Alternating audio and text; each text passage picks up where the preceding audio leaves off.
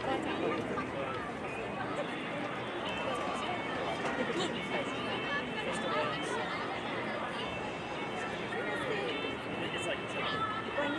the camera? Who's the camera on?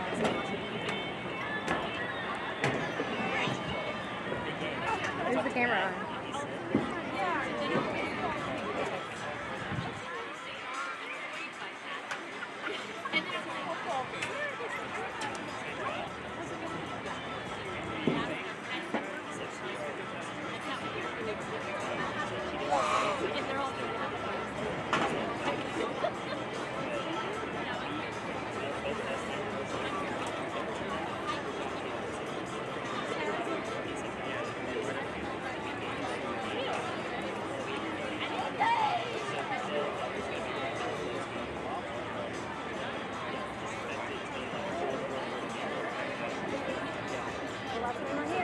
Hey, great Max said he thinks that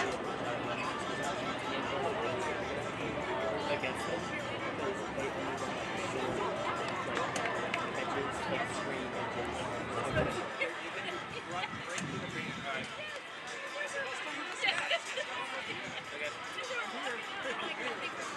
Is this the main camera? I mean, no, we're not on. No, I know, but is this This the main one's not camera? Is this like the whole screen or the whole? Well, it depends. It depends on the shot, but yes. Okay. All right. Good luck. Thanks.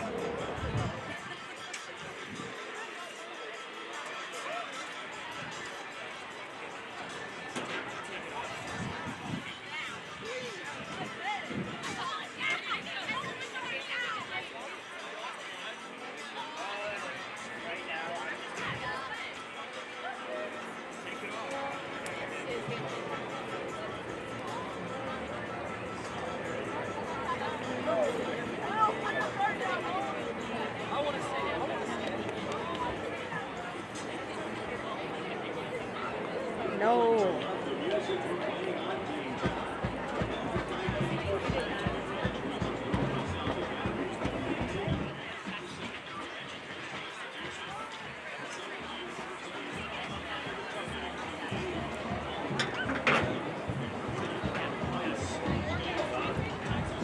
I can't follow them. There's the bleachers in the way.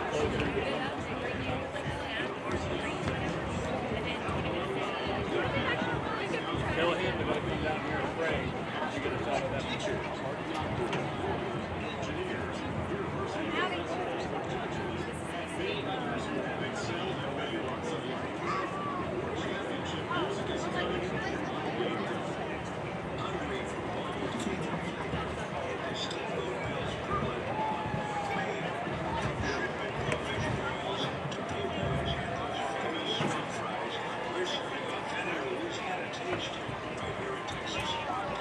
I can get LFA.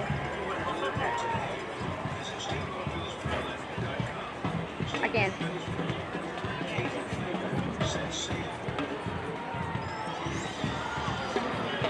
They got the flags ready to go. Go to freeze.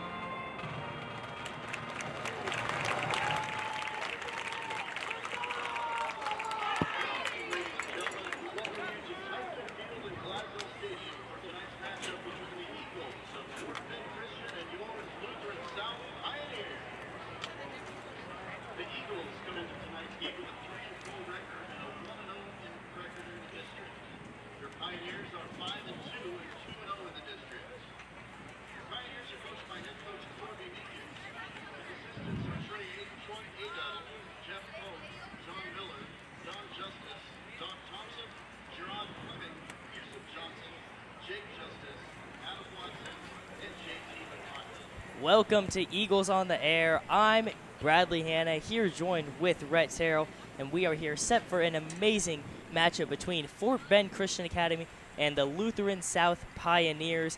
Fort Bend coming into this game 3-4, 1-0 in district, coming off to face the LSA Pioneers, who are 5-2, 2-0 in district, and lead the district right now. But FBCA is trying to change that to try and put themselves in the top of the leaderboard. Rhett, how we doing? We're doing great, Bradley. FBCA, this is a game that it's going to turn some heads tonight. If the Eagles win this game, it's going to get everybody looking at the Eagles as maybe they're not just that team that can tweak into playoffs, but maybe kind of come in and make their name in D2. And this is a big game tonight, and the big key to the game for the Eagles is going to be, can they shut down Braden Robinson? Braden Robinson coming back for LSA, first game after injury. It's going to be his first time coming back tonight, and that's going to be the key to the game is, can they shut him down? And it's going to be a great matchup between him and Donnie Avery tonight. Donnie lined up at corner, Braden at receiver. It definitely will be. We're going to send it down to our sideline, Maury, for some more input. Really big game today, FBCA versus LSA. If we win tonight, we have a chance of a playoff game at home. Thank you for that, Maury. And we get the kickoff. You see Will Kipp hyping up the team, ready for an amazing matchup and a great rivalry in TAPS Division II. FBCA Eagles versus the LSA Pioneers. It's going to be Williams and Avery back to return it. It's really been the two that we've been seeing do it all season. Also with Dylan Cooper in there with a little bit of mix in there a little bit. But Donnie Avery, really just the guy for the Eagles. He can return kicks so far. If he gets into space, it's going to be tough for anybody to take him down. And especially with Tremont Williams Jr. as well, who also has that same thing where if these guys get into space, if this front line can be able to get some blocks, special teams could start off with a bang. Yeah, and Donnie Avery, these past 3 games, he has been phenomenal. He has at least 160 receiving yards each game and at least a touchdown each game against Tomball Christian, Shiner St. Paul, and then Kelly Catholic. And he's looking to repeat that, but he's going off against the best secondary that he's had to face in the past 3 weeks with the LSA Pioneers. Braden Robinson returning. It's going to be a hard matchup. Also, guys like Ikenna Bradford has been going off, Max Saldana. So just these big-name DBs for LSA. So we'll see what Donnie Avery can do. 7 touchdowns, leads the Eagles This is going to be returned by T2 Williams to start this one off, and he is tackled down at the 26. Not a bad return by Williams, and the Eagles offense takes over, led by their captain, Braden Tibbetts. Tibbetts came into this season as a receiver, going to back up Cole Whitten for 1 year and then take over the reins at QB next year. And then he came in. Whitten goes down in the cornerstone game, and that was in the Tomball game. And Tibbetts comes in and he balls out, and he's been the starter ever since.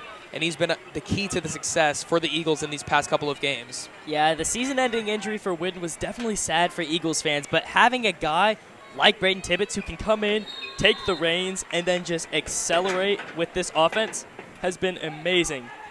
Handoff is going to be to Wadlington. Wadlington has some space, and he is tackled immediately by the lead linebacker, Cade Griffin. Yeah, this is one where they need Aaron Howell to be able to get the block on the perimeter right there and get that space for Wadlington, but they won't have it. It'll be Aaron Howell and Chris Martinez on the right side of that offensive line where the ball came on that last run. And then you kind of look at the receivers that are in right now. T2 Williams down at the bottom of your screen. Patrick Wadlington lined out as a receiver, and then Donnie Avery and Mario Gonzalez have really been the big names to look out for. Gio Gonzalez in there at tight end. Wadlington in motion. They fake it to him. Tibbetts going to keep it, running to his left, and he's able to pick up the first down. Eagles move the chains early. Yeah, it's something you don't see a lot out of Braden Tibbetts. You really don't see him run the football a lot, but he can do it. He has very long legs. He can run. He's not slow like some people do think. He'll move the chains on second down here. Yeah, one rushing touchdown already on the season for Tibbetts, and he's looking to add to that. His rushing production has been unstoppable, especially as the known pocket passer that he is, that's for sure. A lot of guys just don't expect him to run. We'll see what LSA game plans to try and stop Tibbetts.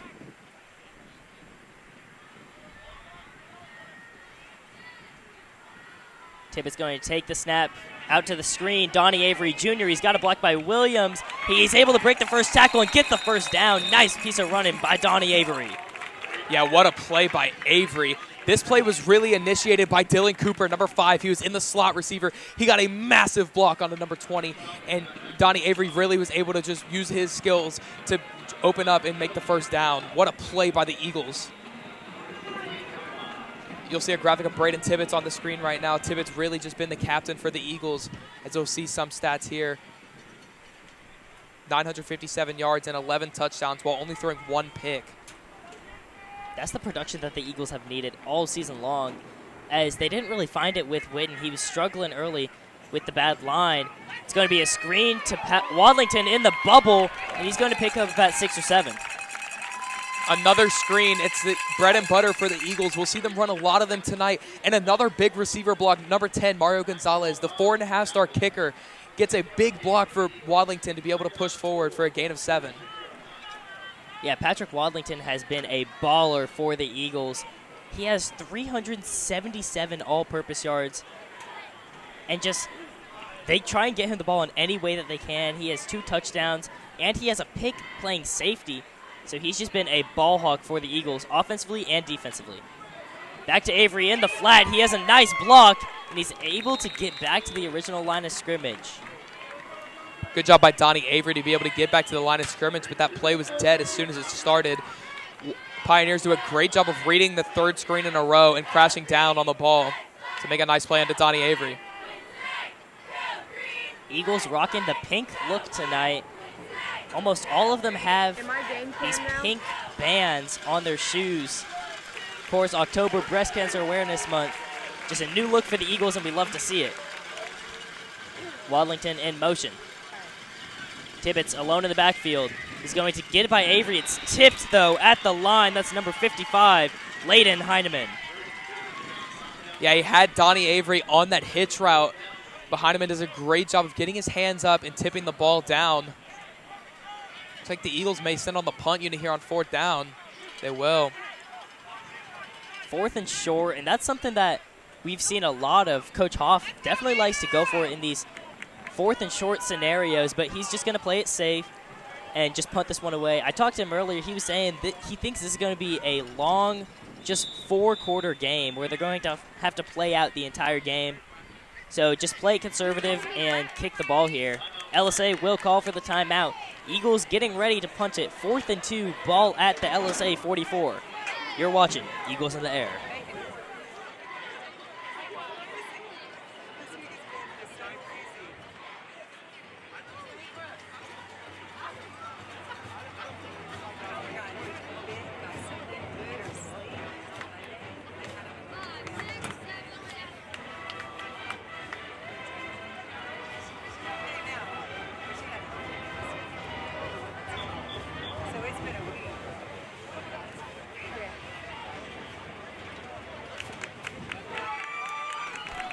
We are back. LSA calls for the timeout, and an interesting decision by Coach Ben Hoffmeyer. He sends out the offense. Early whistle, and LSA was not ready for that one. Looks like Patrick Wadlington is going to be close to the first down. We'll see what the refs give it. Eagles snap the ball immediately after the whistle, and I think it startled both sides.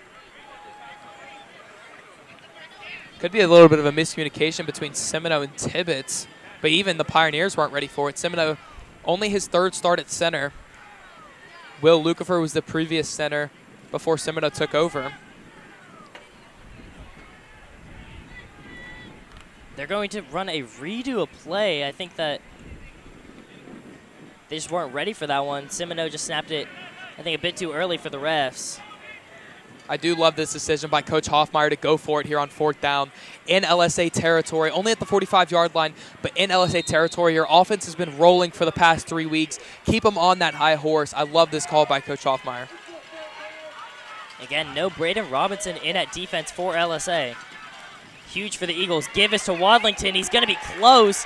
Both sides pushing, and it looks like the Pioneers stopped him short.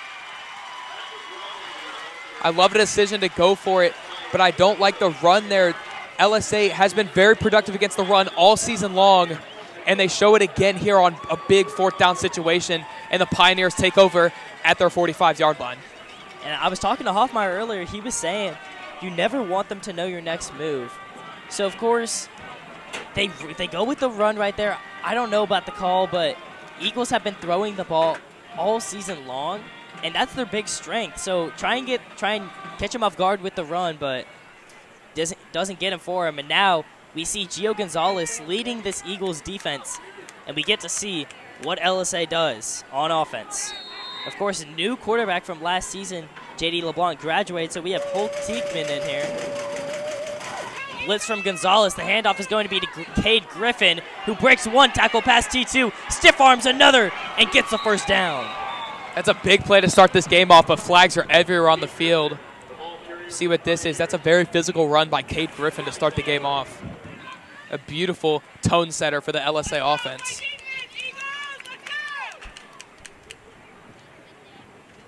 Gonna have to see what the refs do on this one. The flags were late. It was after he had already gone out of bounds. I think it was a clean stiff arm. He just shoved B.J. Martin to the ground. A beautiful play by Griffin. And it looks like they're just gonna wave this one. Nope. They're going to say face mask on the defense as well. So that adds 15 yards off of an amazing run by Griffin and sets up LSA in great field position. Yeah, I think I saw this when it happened. I thought that it was Jonah Kalu or T2 who had that face mask, but it was a very minute face mask, so I did not think that it would be called, especially with the flags coming out late. So in one play, the Pioneers are in the red zone, or just outside of it at the 25.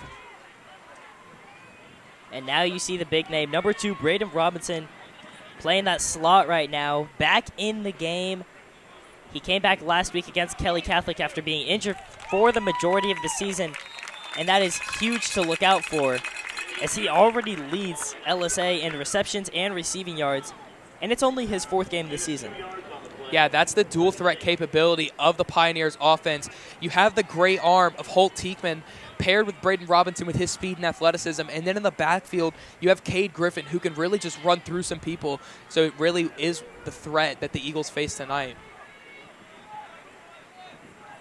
Pioneers like to run out of a tight end set. Yeah, now with that extra blocker. Yeah, you see the big old number 80, Hank Hughes, coming into the game.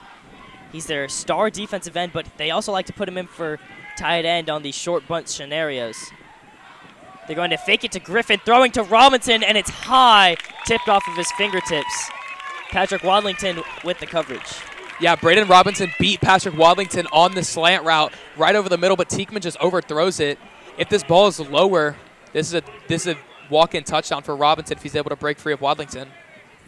Yeah, that's definitely something that we've seen out of Braden Robinson in the past. Of course, as a senior, we've got to watch him grow over these past couple years, and he's just shown off his athleticism and speed in those scenarios whenever he is able to just catch a slant and race to the end zone. Tieckman rolling to his right. He's looking for his man, and he can't find him too far in front of Robinson. And that's going to bring up 4th down. Yeah, it's a great stand by the Eagles defense.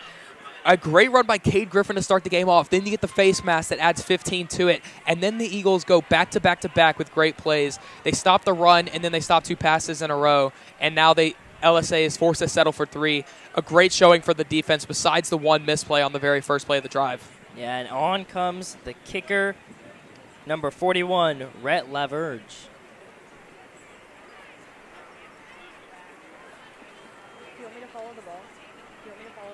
Eagles have already blocked 1 kick so far this season. Jonah Kalu just able to climb the ladder and bat down a kick. Let's see if they can do that again. It's going to be about a 40-yard attempt. And they're going to call a delay of game is what it's looking like. LSA coach does not like that. Coach Meekins complaining, but that's going to push him back 5. And is this in the kicking range? Yeah, no, it is not. This is not in field goal range of Laverge. Yeah, they're going to have to send the offense back out here. It's too short distance to punt, but too far to kick a field goal. So they're just going to hope Tieckman can throw one up to one of the star receivers. Yeah, it's going to be a 4th and 13, so a big fourth and go for the Pioneers. Just hope that he can loft one up to the big receivers. Maybe you kind of look down the screen at Braden Arsenault, who's one-on-one against B.J. Martin right now. He's going to the top of the screen, feeling the pressure, steps up in the pocket, and he finds Arsenault on the slant. Arsenault brought down at the 1, fighting. Is he going to get in? No, he will not. But a beautiful throw there by number 12, Holt Tieckman, to find his receiver, Braden Arsenault. Tieckman felt the pressure from Holster, stepped up in the pocket, and delivered a dime to Arsenault. What a play by Holt Tieckman to be able to find his receiver despite the pressure coming in hot. Now the Pioneers will take over at the 1-yard line, 1st down and goal. Would not be surprised if we see some more Cade Griffin on this play here. 3 running backs in the backfield. Yeah, looking like a little bit of a tush push. They're going to give it to 1, and he walks into the end zone, glides in there. It's actually Braden Robinson, the wide receiver. Yeah, when you have Robinson's speed and you get him the ball on the outside with no Eagles playing out there, no corners, everyone's lined up in the box. They're expecting a straight run up the middle, and they're going outside. Braden Robinson's able to make a play with his legs. So the Pioneers strike first here at Tieckman's Field. So Robinson, we look at his stats, and he has 3 touchdowns on the season, but that is his first rushing touchdown. They just fake it to Cade Griffin, but Robinson was there. Extra point is up, and it is good. Pioneers take the early lead 7-0 thanks to big plays by running back Cade Griffin and wide receiver Braden Arsenault. Yeah, this all started from that 1 4th down and 13. It was just a beautiful play by Holt Tieckman. Even with the pressure coming, when Trace Holster's barreling down at you, it's not easy to make a good throw. Yeah. So Holt Tieckman with a beautiful drive to start off the game. I mean, there's a reason why we say Trace Holster's name so much. He has 15 TFLs and 11 sacks, which is 5th in all of Texas. That's not just private school. That's also these big-name UIL schools. So Trace Holster is a monster on the field. So the fact that Tieckman was able to get out of that pressure when Holster had his fingertips on him is huge for the Pioneers. Now we'll have to see what the Eagles can do to try and respond. Eagles offense had a great showing to start on their first drive. Just got kind of shut down. They went for it on 4th down and didn't get it with the run. But the passing game was working for Tibbetts with Donnie Avery. Donnie Avery on those screens a lot. Also, Wadlington had a screen in there as well. Yeah, stopped on a 4th and 2. And now the Eagles have to make a rebuttal to the Pioneers. T2 is going to take it out the back of his end zone. Interesting and very questionable decision by the freshman, and he stopped down at the 6. That just shows you the kind of lack of experience that T2 has. It's something that doesn't really happen much. You don't really see a returner take it out of the end zone, but T2 does it there. Just a freshman on varsity. He has the skills to do it. Just makes a little mistake on that one.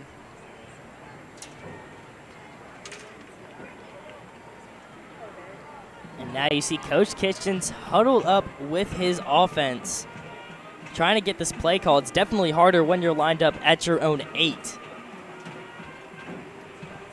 Definitely, it kind of takes away that deep ball threat, because when you have the defensive line like the Pioneers who can get in the backfield and cause disruptions, it takes away that pocket that Braden Tibbetts is so good when he has.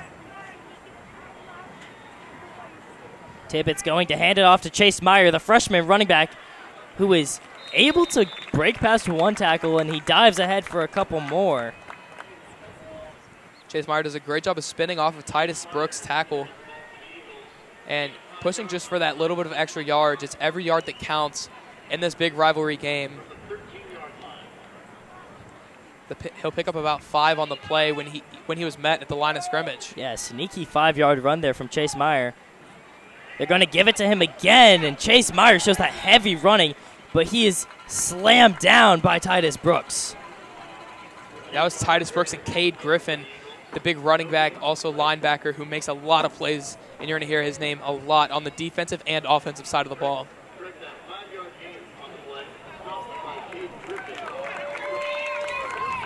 And the Eagles are able to move the chains thanks to Meyer's run. They go back-to-back to Meyer, and he's able to move the chains.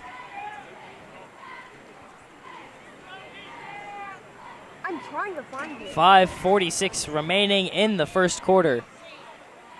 Eagles need to respond down 7. 2 backs in the backfield. Fake it to Meyer. They're going to give it to Kip in the flat. Almost intercepted by Bryson Gilbert. Gilbert had the read. He just couldn't make the play. Tibbetts was looking for Kip on that wheel route. We see the Eagles run a lot of wheel routes with these running backs out the backfield, just causing misdirection. As we see one there, Chase Meyer. Also, we don't really see Chase Meyer really use in that receiving threat, more of just a power back, but Kip right there, we've seen him catch a lot of screens in this season. A great job by Bryson Gilbert. Yeah, Will Kip shows off his athleticism, receiving and running when they give him the chance. He has 3 receptions for 40 yards. So Kip has the ability to turn it upfield, but Gilbert makes a play. Tibbetts going to find Dylan Cooper, and it's dropped on the out route. Tibbetts had Cooper open. Dylan Cooper does a great job of beating number 8, Hank Hughes. He's just got to come up with the pass. If Dylan Cooper had that ball, he may have gotten that extra 4 or 5 yards, but instead it'll bring up 3rd down and 10. Back-to-back incompletions for Tibbetts. We'll see what they can dial up here on 3rd down and long. 4 receivers out wide. They're the 4 big names that you like to see. Mario Gonzalez, Donnie Avery, Dylan Cooper, and T2 Williams. Meyer in the backfield. Williams going to be one-on-one with Gilbert. That's the matchup. False start. It's going to be on Aaron Howe. You see him immediately getting upset. Just that little flinch, and LSA called him out early. That's another thing we've seen a lot from the front line is these false starts. They always come back to bite him. And it'll bring up a 3rd down and 15. So now the play call changes a little bit from 3rd down and 10. Really can't just kind of run a dig over the middle and hope you have that that middle of the field open. But now on 3rd down and 15, they can drop 2 safeties. And it's going to be a much tougher play here. Tippett's going to have to make a play. Drops back, feeling pressure. Rolling out to his right, and he's just going to keep it out of bounds to get a couple yards. This is going to set up a punting situation. Yeah, initial pressure was from number 58, Tim Lala, but Titus Brooks was all over that as well, coming over from backer and reading Braden Tibbetts and then forces him to go out of bounds. So Mario Gonzalez will come on for the punt. And now actually something that you look at with Mario Gonzalez on this punt, not him per se, but the long snapper is freshman Hudson Sheffield instead of the normal long snapper, the sophomore Eli Hance, the very more experienced long snapper. So we'll see if that plays any effect into the game today. Solid punt by Gonzalez. And Ethan Sauceda is hit immediately, but great starting field position for LSA. Parker Woolley does a great job of making the tackle there, but like you said, Bradley, LSA has good field position back-to-back times. They took over at their own 45, now at the Eagle 40. So the Eagles' offense really going to have to start getting into a groove, getting into a rhythm. Just so the Pioneers don't start off with the ball so close to the 50, so close to their own territory every single time. With the explosive offense that the Pioneers possess, it's going to be tough. As you see Trey Solster, who we already talked about earlier in this game, just the biggest name you'll hear on this Eagles team, offensive and defensive. When you have the 5th most sacks in all of Texas with private and public school, you're going to hear your name a lot. Teekman's going to keep it, and he is met immediately by the combination of Will Kipp and Chris Martinez. Yeah, it was actually Will Kipp and Brant Probst. Brant Probst coming down from that strong safety blitz, makes a nice play onto Griffin, helped by Will Kipp. The big linebacker Will Kipp, helped by the sophomore safety Brant Probst. So now it's going to be 2nd and 8 for the Pioneers.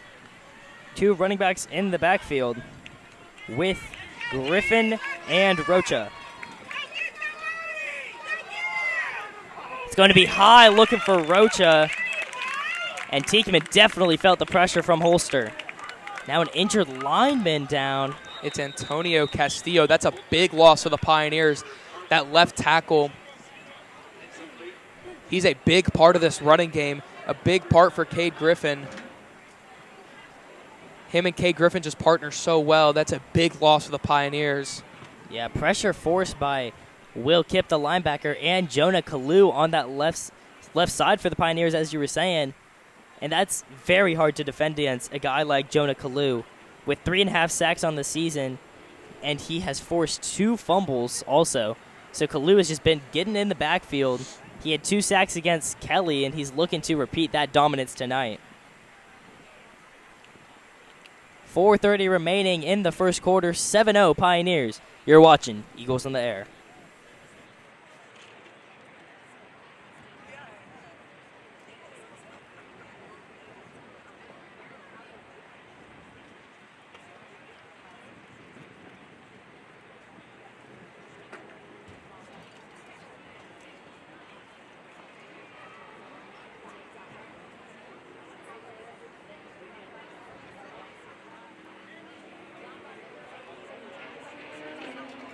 Keep an eye out for number 10, Mario Gonzalez. He's a punter, he's a kicker, and he plays wide receiver. And we resume action here in the first quarter, 4:30 remaining. Still an injury timeout as we have Antonio Castillo still down, getting some medical help. But FBCA needs to find a response, and they have to stop LSA. They cannot afford to go down 2 scores. Pioneers lead by 7, and a crucial 3rd and 8 coming up. Yeah, it looks like they're looking at Castillo's knee. He'll walk off now. It's a good sign for Pioneers.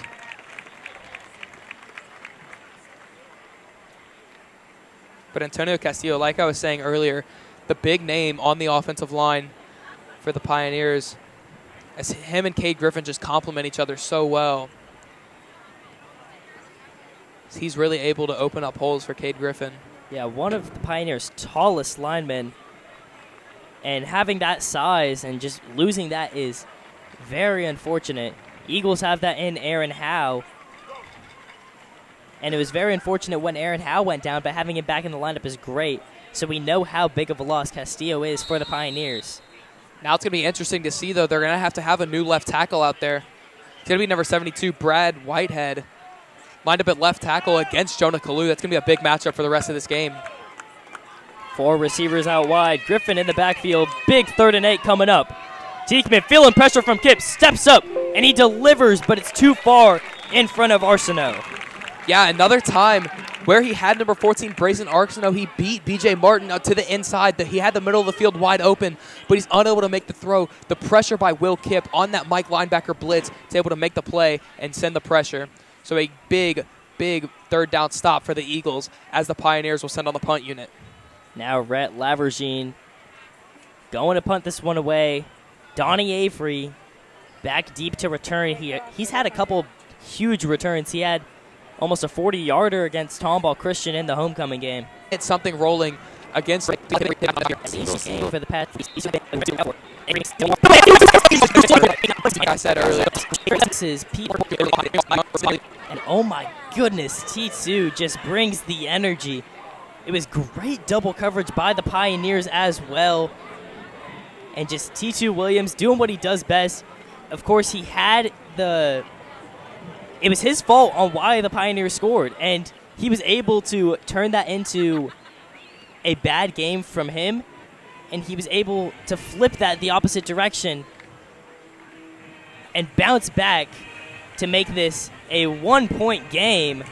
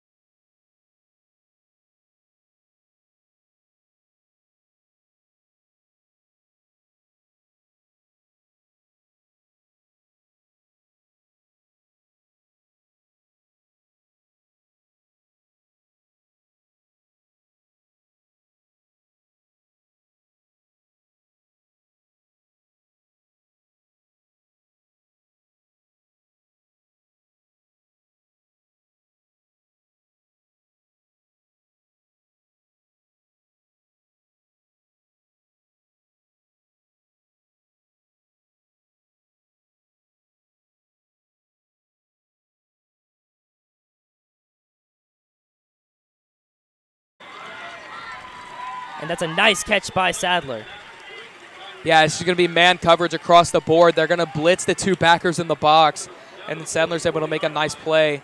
He beats A.J. Shell with the inside move, and so the middle of the field's going to be wide open because you have those 2 middle linebackers blitzing down with Jeppy Wynn and with Will Kipp blitzing down, and with Jeppy Wynn coming from that outside linebacker spot. And that's able to pick up the 1st down. Pioneers looking to add to their lead. 2 receivers up to the top. Mazur's in motion. They're going to go Robinson in the flat. He's able to evade 1 before he's brought down after a couple yards. Will Kipp was almost able to make that big play. Excuse me, that was Brant Probst who's almost able to make that big play in the backfield, but just barely misses Braden Robinson, who is so elusive and able to make so many plays when he gets the ball in his hands. And that's really been the connection all season for the Pioneers between Holt Teekman and Braden Robinson.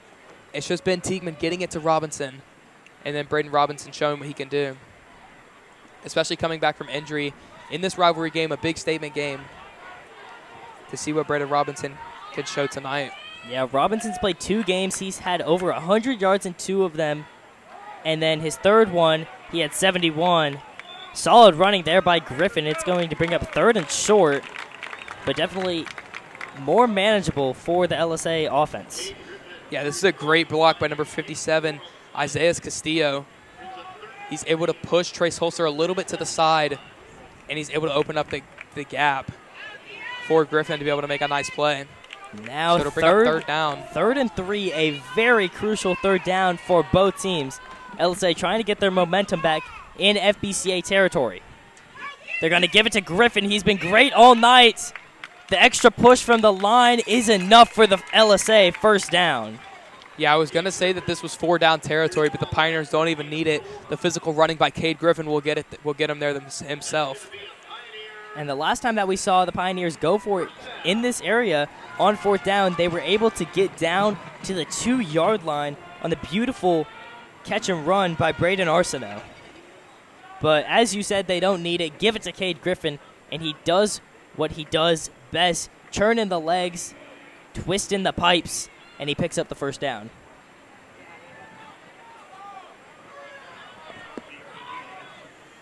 Mazur in motion to the top again. They fake it to Robinson. Same play, and a wide open Luke Mazur for the LSA Pioneers touchdown.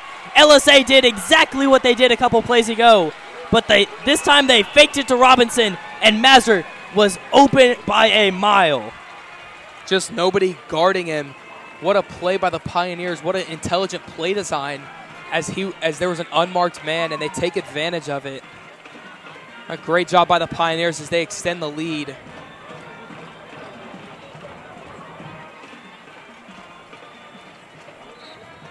And the PAT, which will make this an 8-point game instead of 7. Now very crucial PAT coming up. And the kick is good, making it 14-6 LSA in what is already an offensive shootout early on in the first quarter. 47 seconds remaining. That was a great job by the holder. Saldana, a little bit of a high snap. He got that hold down a little late. But the kick from Rhett Laverge was a good one. So the Pioneers extend the lead 14-6. Eagles offense with one explosive play tonight. To see if they can establish more of a consistent basis here, feeding off that momentum from that Tremont Williams Jr. sparks them with. Yeah, as you kind of said, that more consistent game is what we want to see from the Eagles.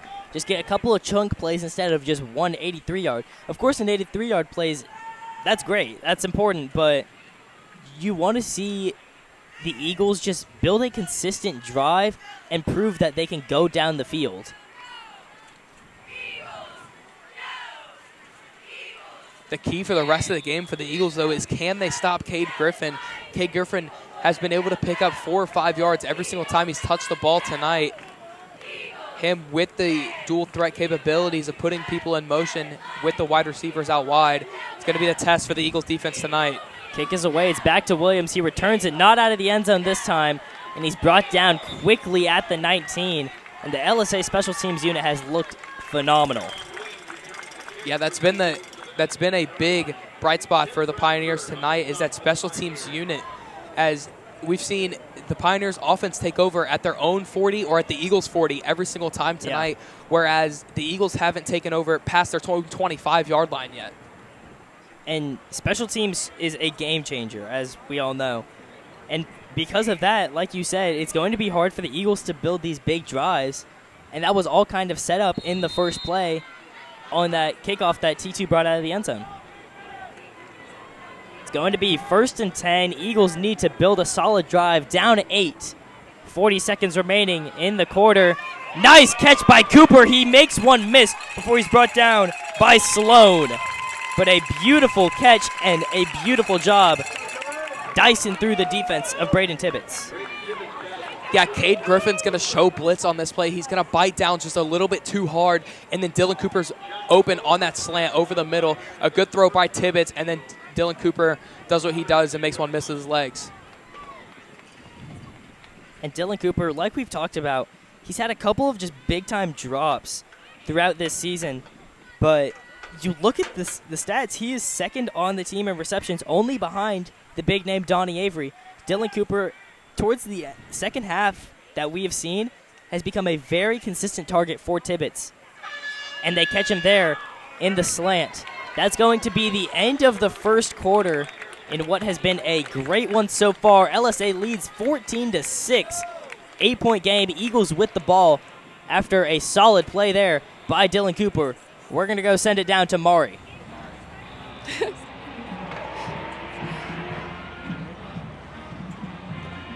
Okay, 2 things to know about that amazing play by T2 Williams is, first, That was the longest touchdown of the season. And second, he's only a freshman.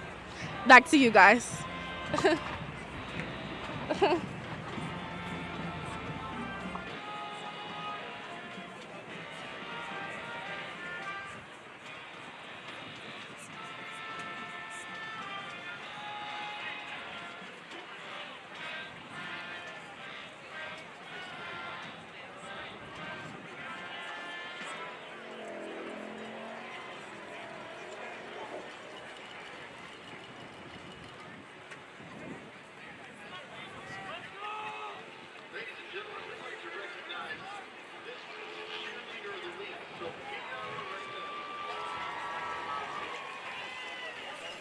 Coming back from break, Eagles offense takes over at the 30.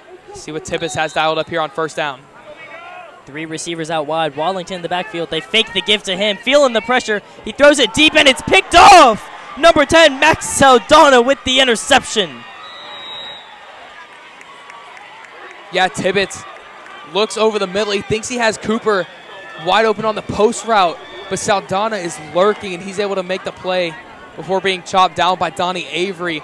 But the Pioneers take over inside the 30, inside their own, inside Eagle 40. As if there's a flag on the play. This might be on the tackle of Donnie Avery. I feel like that was all set up because of the pressure that the Pioneers got to Tibbetts. If they were not able to bring that pressure, a little more air under that, and that's a touchdown for the Eagles. There was no one in front of T2, but because of the pressure, it was a bad throw forced, and Saldana is able to capitalize, gets the interception to set up the offense.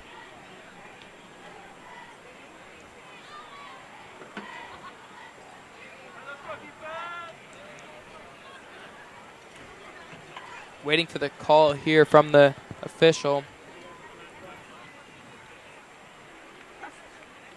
As it'll be against the Eagles. I think it was a holding, but it'll be declined as the Pioneers take over at the 34.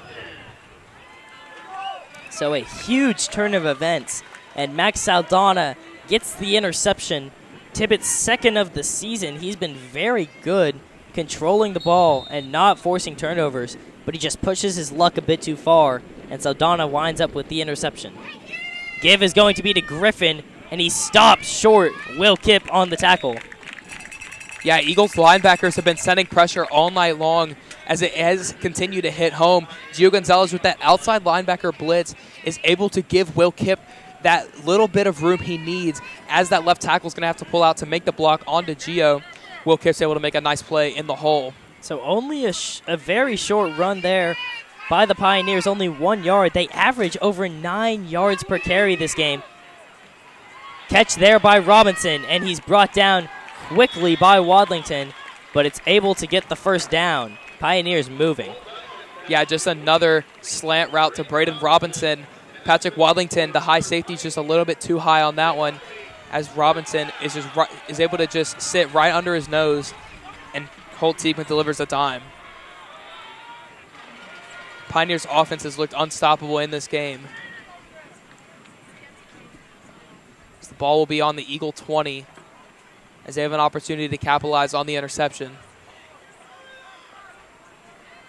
Tiedemann awaiting the snap. Robinson in motion. He's going to roll that direction.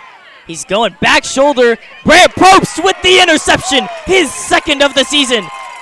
A underthrown ball by Holt Tiedemann, and Brant Probst is able to get the ball right back for FBCA. Brant Probst, the sophomore safety, his second interception of the year. Tiedemann rolls to the right, and then he's looking towards that backside. He's looking for Noah Harris on this play, but Probst is able to make a beautiful play on the underthrown ball, so the Pioneers won't capitalize on the interception as the Eagles have a takeaway of their own, and they take over inside their own 5-yard line. LSA had great field position with the Saldana interception, and they don't get anything with Probst winding up with the interception.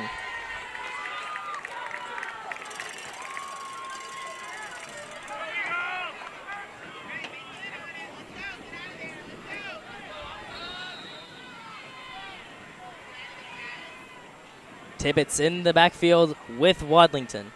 3 receivers out wide. They're going to give it to Wadlington. He needs some help from his line, and he's not going to get it. Maybe 1.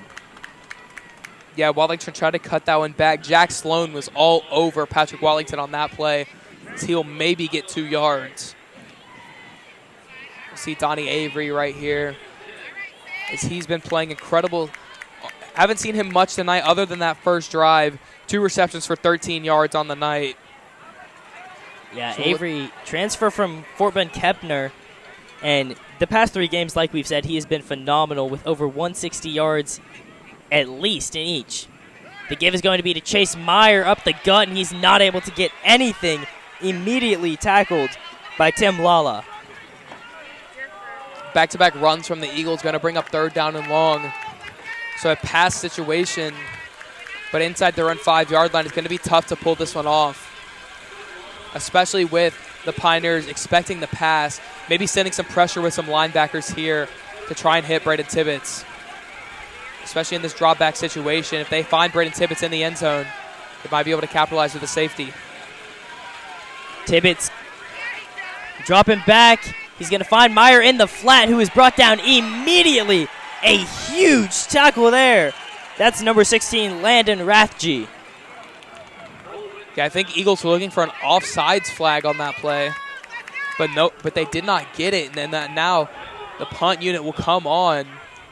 So Gonzalez is going to have to show off the boot on this one, as the Pioneers will most likely take over in Eagle territory yet again. Only 2 drives tonight out of the 6 the Pioneers have had where they have not had the ball in Eagle territory. So definitely going to be something that this offense has to change up. They have to be able to give this defense a shot going forward in this ball game. In that situation, it's very hard. They're back deep in their own territory. A nice pump by Gonzalez. And a beautiful FBCA Eagle roll. Exactly what the defense needed. Ball rolls all the way out to the 45. So that's where the Pioneers offense takes over. I said that the Pioneers would have the ball in Eagle territory most likely again, but with the boot of Gonzalez, he's able to really get it out there. Mario Gonzalez, the 4.5-star kicker in his senior season this year, with a nice punt to even put the Pioneers in their own territory. It's about a 65-yard kick as he kicked that from the back of his own end zone. And now LSA sets up.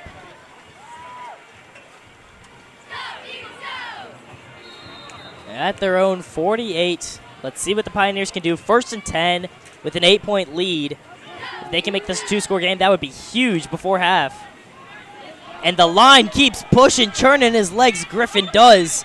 And he's able to pick up about 2 more than he should have.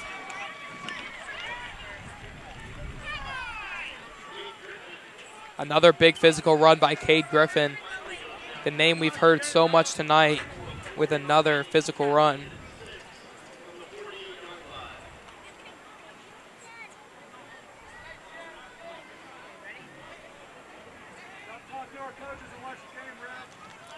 Cade Griffin with 7 carries and 33 yards on the night. They're going to give it to him again. Kalu in the backfield. And a beautiful job forcing the stop. Nick Wallace and Jeppy Wynn also helping out. Yeah, Jonah Kalu initiates contact, and the sophomore linebacker Nick Wallace paired with the junior linebacker Jeppy Wynn bear down and make the tackle. So to bring up 3rd down and 6 for the Pioneers. A big situation here.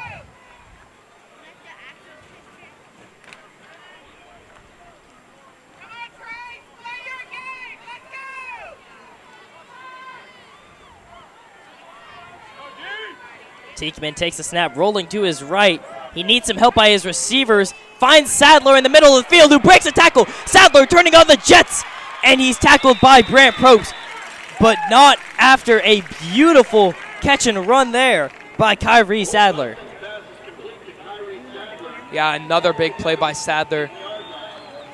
This Pioneers offense has been very, very good through the air tonight, especially on 3rd and 4th down situations. In these situations where the Eagles are expecting them to throw the ball, the Pioneers have still been able to create plays through the air.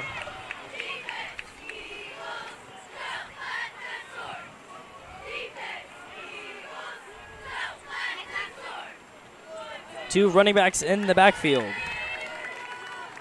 They're going to give it to one of them, who is tackled by Nick Wallace immediately, and Rocha couldn't do much. Yeah, Nick Wallace and Brant Probst with another big play. They've been doing it a lot tonight.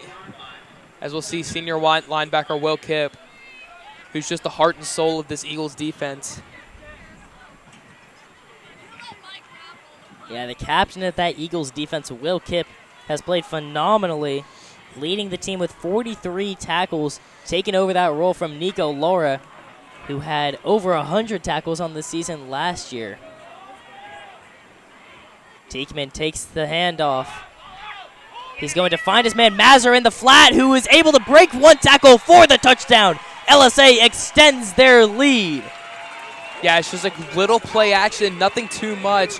A simple play action route where the Eagles corners are forced to bite down. They think they're seeing run again, where they've run it with Cade Griffin so much tonight. They think they're seeing run again, and then he's able to find his man wide open on the outside. And Luke Mazur was open in the flat, and he has his second touchdown of the night.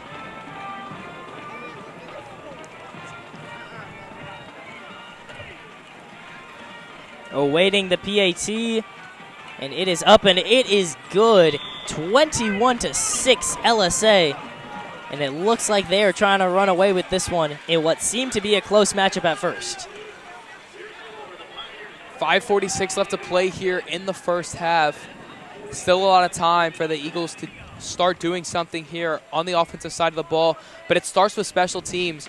They need T2 Williams Jr. They need T2 and Donnie Avery to be able to set them up with good field position here. And it all starts with the special team side of the ball. FBCA 6 and LSA 21. 5:46 remaining in the half, and the Eagles would love to put some more points on the board before we go to halftime.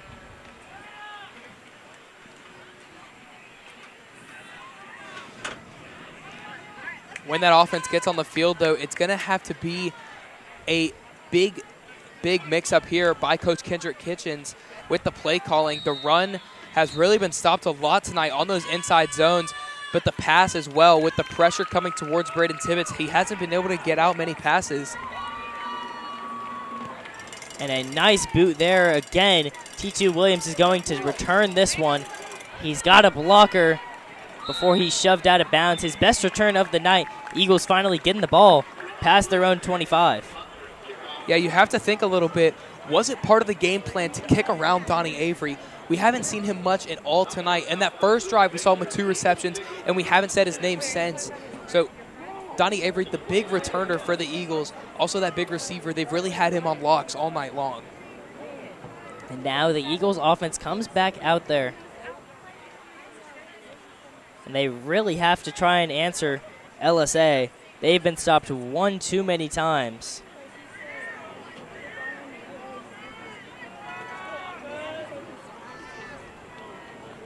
Tibbetts with no men in the backfield, no running back in the game right now. No tight end either. And here we get a late substitution. I was about to say that's 1-2 little guys. Chase Meyer comes in at back.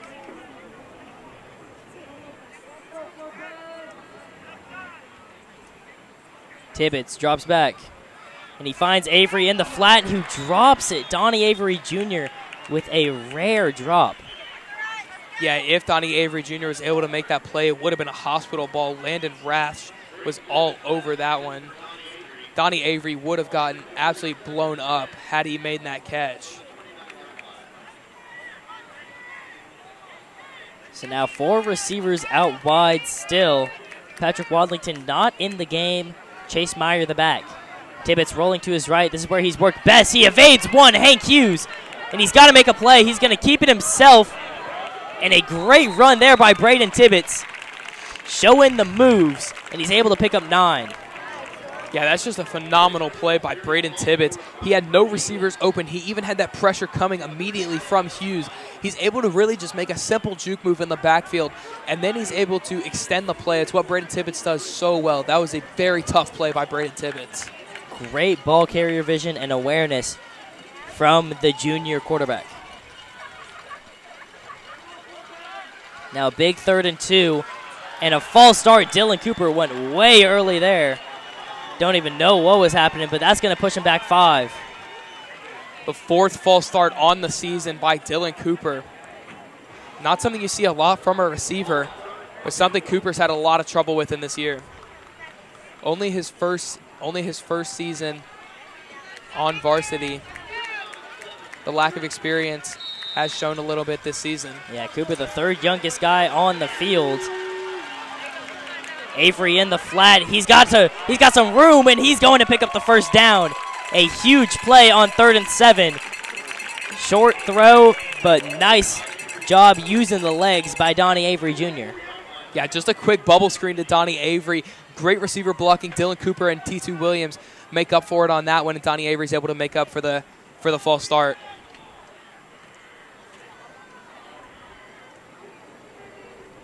Tibbetts takes the snap. Drops back real far. Feeling pressure from Hughes. Throws it towards midfield, and it's broken up. Avery was the closest guy there. And it's broken up by number 20, Ethan Sauceda. Yeah, Sauceda was all over that one. A big hit onto Donnie Avery as he's also able to get his hand in there. A big drop by Tibbetts as he felt pressure from Hank Hughes again. Avery took a shot. He's going to come out of this game. See if he's all right. Definitely shaken up. Parker Woolley in the game for him. The 6-man receiver now. Tibbetts looking to his right. He's going to roll that direction, and he's just going to throw it out of bounds. Bringing up 3rd and 10. No one to throw to, and he had a lot of pressure in the backfield. Yeah, more pressure coming. This time was from the left side of the defensive line. It's number 58, Tim Lala, and number 55, Layden Heineman in the backfield. A big matchup tonight is also Hank Hughes versus the freshman Dawson Kipp. Dawson Kipp, the freshman left tackle for FBCA, versus the senior Hank Hughes, who has the very, very big size advantage onto Kipp. Tibbetts takes the snap, rolling to his left. He's got to throw it. Nice move by Cooper. Can he get the first down? Yes, he can. Before he coughs it up, they're going to say he was down. That would have been a huge mistake by Cooper coughing that one up, as it was recovered by Sauceda. But he's able to get the first down, and they say that he hit the ground before the ball came out. And a huge pickup on 3rd and 10 for the Eagles. Yeah, blessing there. Dylan Cooper got his foot out of bounds right as he fumbled the ball. The official was able to read it very well. He was able to see it very well. So what almost turned into a huge turnover ends up becoming an Eagle first down, but a beautiful play by Cooper despite the fumble to just make that man miss.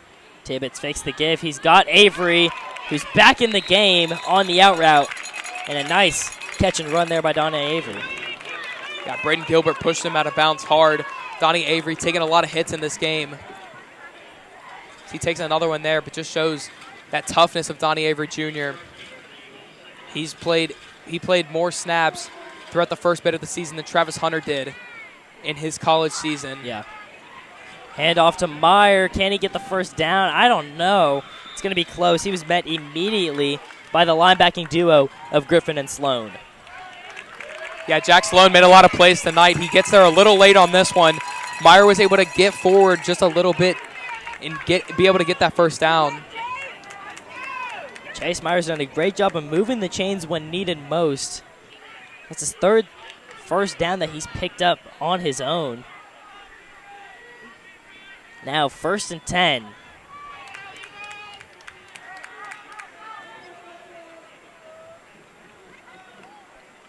They're going to give it back to Meyer. He's got to make one guy miss, which he does.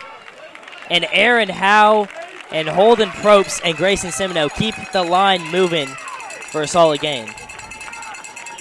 Yeah, big push there by the offensive line. As they keep moving Chase Meyer, it'll be a timeout on the Pioneers. Excuse me, on the Eagles. So we'll see Chase Meyer come up on the screen. The class of 2029, just a freshman. When you think of some of the big players on the Eagles team, there is a lot of freshmen across the field. Chase Meyer, the back who's gotten a lot of touches this season, Also with T2 Williams Jr., obviously that big name that comes to mind. The left tackle, Holden Probst, starting on varsity as a freshman. So just a lot of class of 2029, class of 2028 that you see across the field. Even those 2027s with Braden Tibbetts, Parker Woolley, Donnie Avery Jr. Yeah. So a lot of depth that this Eagles roster has. And Chase Meyer is actually the leading rusher for this team. Kind of crazy coming into this season. He was the RB3 in the depth chart with Wadlington at 1 and Kip at 2. But he's kind of just proven himself and stepped into the second level, kicked it into high gear this past couple games, and shown that the Eagles can really rely on him when needed.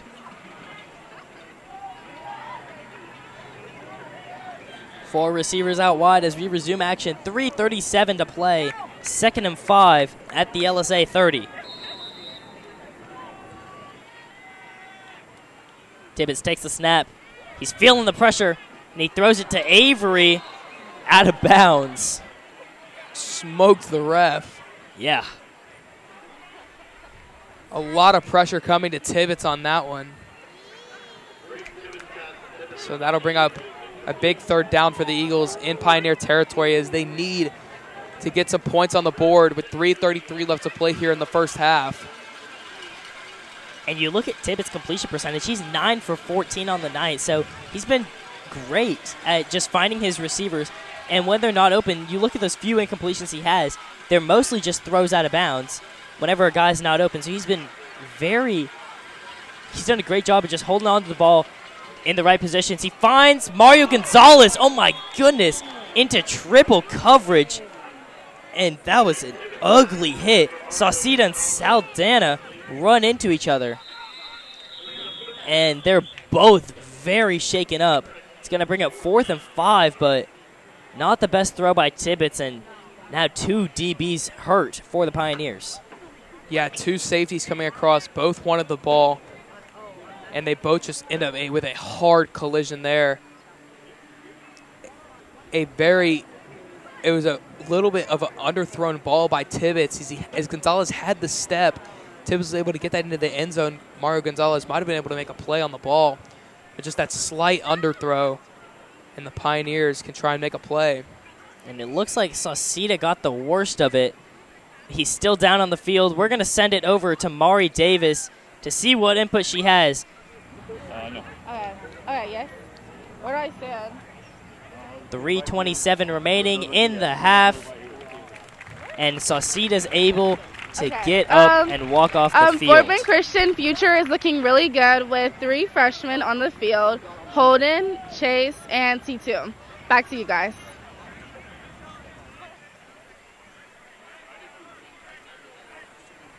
Good to see both the Pioneers walk off the field without any help, but both of them could very well be on concussion protocol in the weeks to come. Only time will tell. Eagles offense stays on the field on a big 4th down and 5. Braden Robinson, his first defensive reps tonight, coming into the game at safety. Exactly what I was going to say right out the bat. You see Robinson in at safety, something he hasn't done all season long. Nice throw to Avery. Isn't enough for the first down. He hurdles a guy, and it's going to be enough to move the chains. Eagles building a solid drive with 3:20 remaining in the half. Yeah, that's something Coach Hoffmeyer and Coach Kendrick Kitchens do so well, is they just are able to move the ball. They're able to move Braden Tibbetts out of the pocket, use his athletic ability to roll out of the pocket, make some plays like that, and then get the ball out to Donnie Avery on the owl routes. He's able to run routes so well. He beats those corners so well. Donnie Avery does such a good job. So a great job by everybody on the Eagles offense to convert the 4th down. Max Saldana back into the game. He was one of the 2 DBs on that collision, so great to see him back in. And Meyer evades 2 tackles from both Brooks and from Griffin. So some solid running there from Chase Meyer. Yeah, Chase Meyer is just so low to the ground. He makes so many nice plays. He's so strong with his lower half. He's able to run through Titus Brooks on that play to be able to push forward for that extra 3 or 4 yards. Something that you don't think matters but ends up being a massive help in the end game. Yeah, when talking about Chase Meyer, we have to come up with so many different ways to say churns his legs because he does a great job at that every single time he runs the ball. Another run by Meyer, and he is met quickly on a hard hit by Saldana. Good to see Saldana back in the game after that big hit against him and his own teammate. But Meyer takes a big hit to the lower half on that one. So it'll bring up a massive 3rd down for the Eagles. But you have to think that they're most definitely in 4th down territory. 2 minutes left to play here in the first half. Now you see Patrick Wadlington come into the game, more the pass-catching 3rd down back that the Eagles like to use. And the Pioneers are going to call for a timeout. Try and think this one through on a huge 3rd down and 4. Oh, no, it's not a timeout. It's going to be the 2-minute warning. So the 2-minute timeout, new 4 taps this season. But because of that, it'll give both teams a chance to just think over this 3rd down and 4 on a big one right now.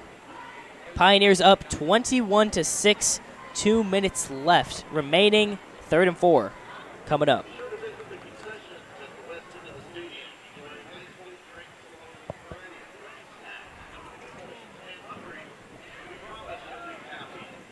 Pioneers defense out there early.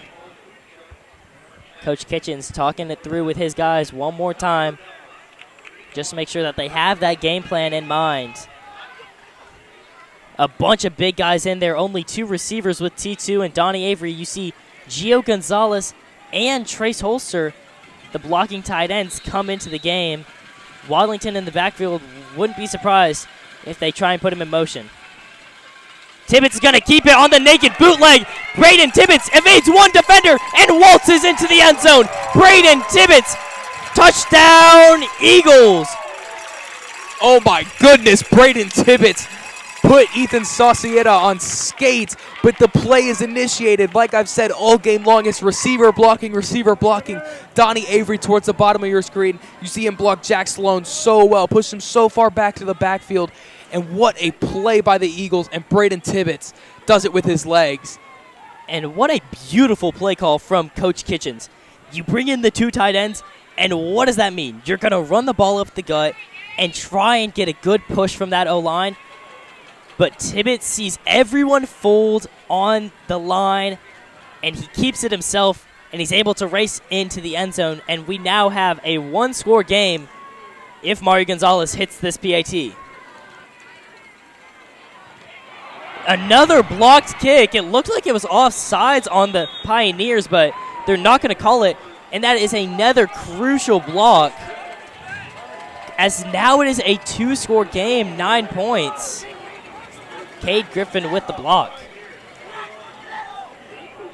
That's another mishap from the officiating crew, as there was at least 4 Pioneers offsides yet again. Yeah. And there's no flag thrown, and another kick is blocked because of it. And you saw Gonzalez complaining immediately. He knew that they jumped, but nothing comes out of it. Great to see the flags coming back out for the Eagles, scoring 21-12, though. Not what the Eagles wanted. 1:53 remaining in the half, but still a 2-score game, 9 points. Pioneers up. Yeah, I was going to say it was an interesting decision not to go for the 2-point conversion there, but to defer and do it later from Coach Hoffmeyer and try and get that 2-point later on in the game. But, yeah, just the Pioneers were all over it again as they were offsides, but no flag gets thrown. So it would be a 9-point game, so Eagles will have to go, assuming they only score touchdowns the rest of the game, it'll have to be 2 2-point conversions to even give them a chance to tie the ball game. Gonzalez boots this one deep, and it's going to be returnable by Griffin. Nice running by Bryson Griffin, and he's brought down past the 30-yard line, evading so many defenders. Yeah, this is the thing we see a lot out of Mario Gonzalez. This is the thing I've been harping on all game long, is that Mario Gonzalez should just kick it deep. But the incredible job by Gilbert to be able to make all those guys miss and then push forward for that extra yardage and bring it out to the 35-yard line. So a great job by Pioneer special teams yet again here in this game. They have decent field position again at their own 35.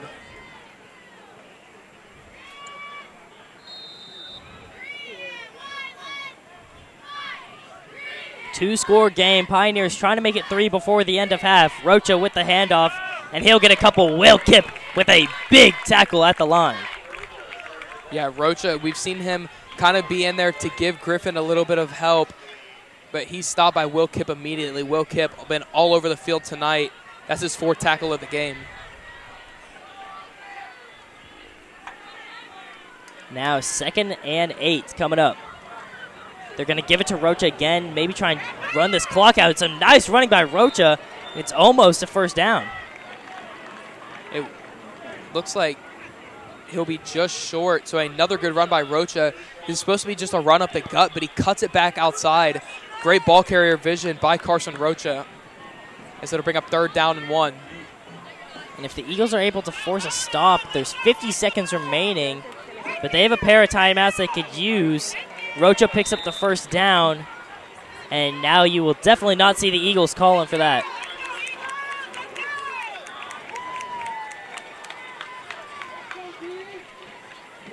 Clock will run, 40 seconds left. Yeah, and I don't know what the Pioneers are doing. They have 2 timeouts that they could be using to try and put some more points on the board. But I think that they're okay going to halftime up by 9. Of course, it's still a 2-score game, but 9 is a lot closer than 16. And a big tackle by Will Kipp. You see him get all pumped up right there. You love to see that out of the senior linebacker. Yeah, in a rivalry game, you know Will Kipp was going to show up tonight. And his last season, before he heads off to college, Will Kipp, especially against a rival, makes a big play. And they're going to take this one to half. Pioneers lead 21-12, but the Eagles have the momentum. Braden Tibbetts on the QB keeper is able to get 6. 2 blocked PATs may be the story of tonight. And we have hit halftime. You're watching Eagles on the Air.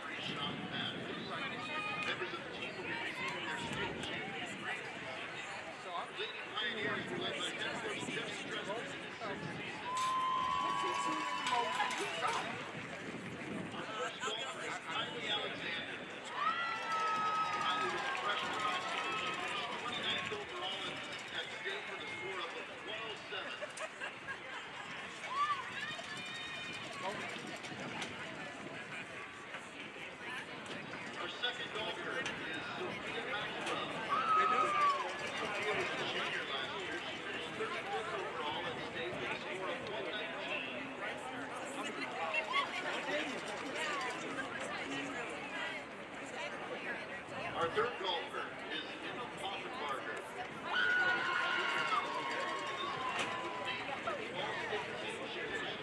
Overall, state score of 88.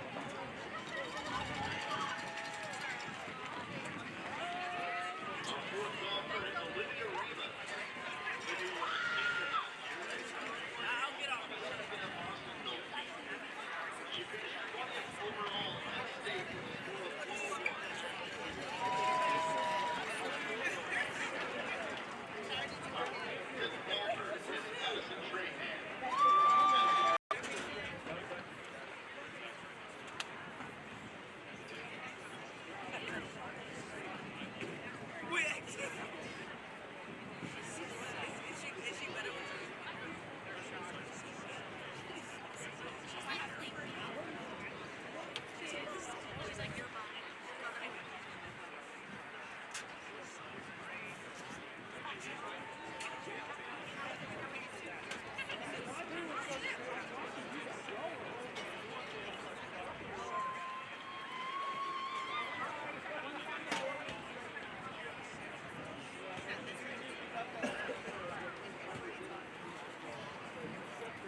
Ladies and gentlemen, the 2025-2026 Pioneer Cheerleaders.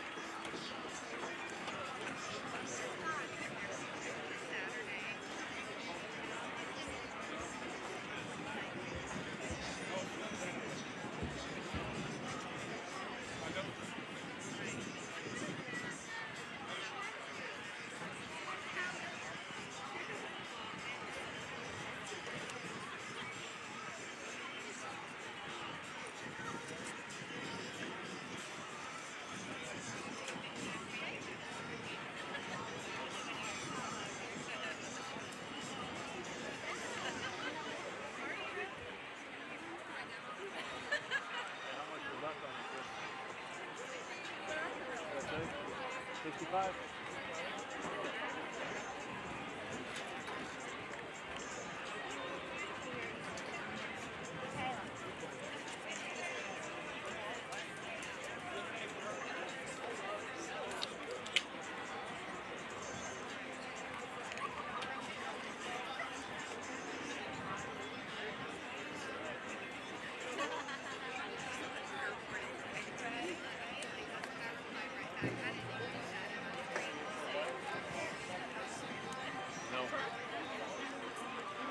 Need to be?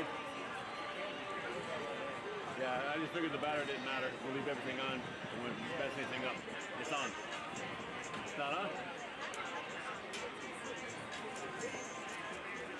Alright. Here, get your headset on. Let's go check and see. We put it right down by the fence so it might not have any line of sight.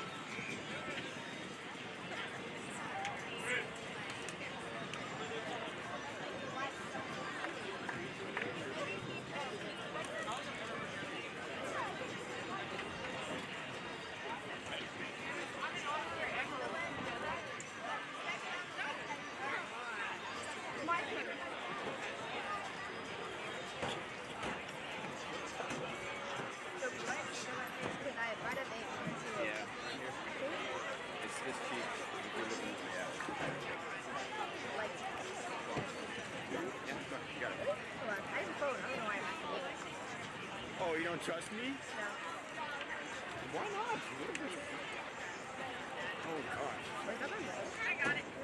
Thank you. Am I just The stupid? police officer saw me stuff at the night and knocked him in my face. And no, he's like, it's all good. And then I turned around, like, to laugh it up. And he was like, you know, like, it's really funny. Lauren, are you on? Okay, I'm in. Justin's not meant to. Hi, Lauren. Hey, how you doing? Good, how are you? I'm tired. I'm good. My emerald hat doesn't fit over my. Graphics, bro. I can see them from where I'm sitting, but I can't even see it. Yeah. I don't know. And your stomach probably hurts.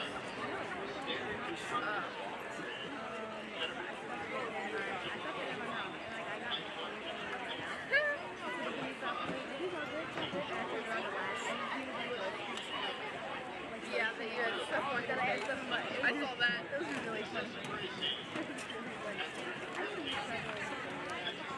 I know. Cammy, it doesn't fit. Okay, I got you, Lauren.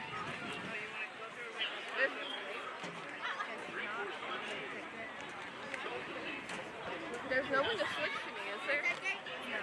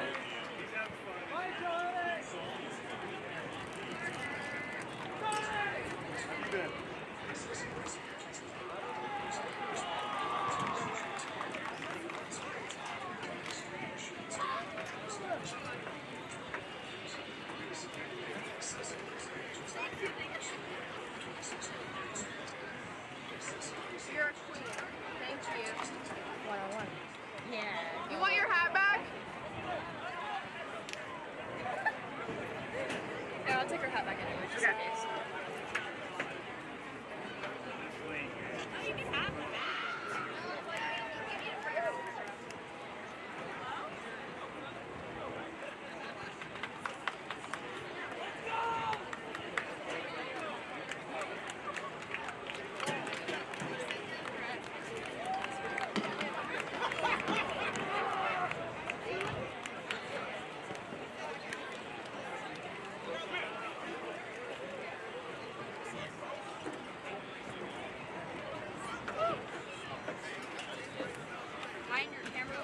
Not yet.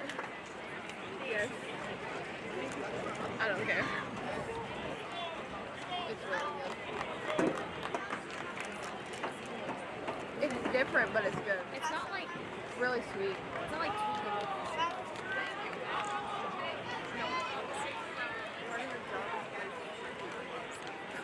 But it's fun.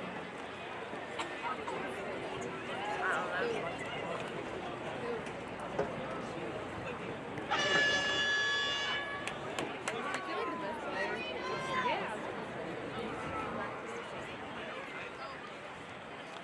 Yeah, he is.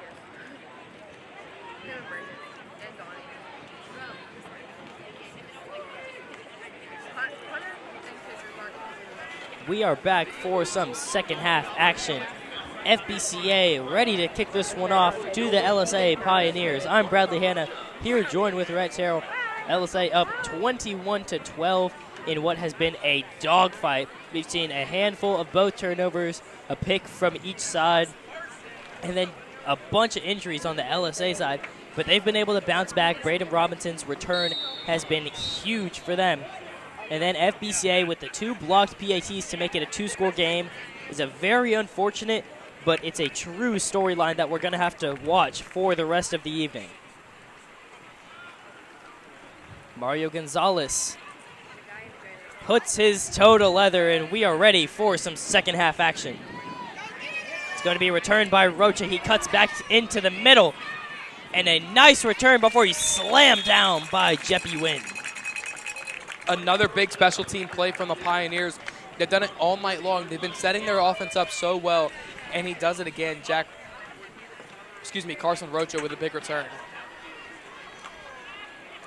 And now we get to see what the LSA offense and FBCA defense get to do. It's been a close one for sure, but Teekman has really been the big name to look out for. Holt Teekman has done a great job just spreading the rock.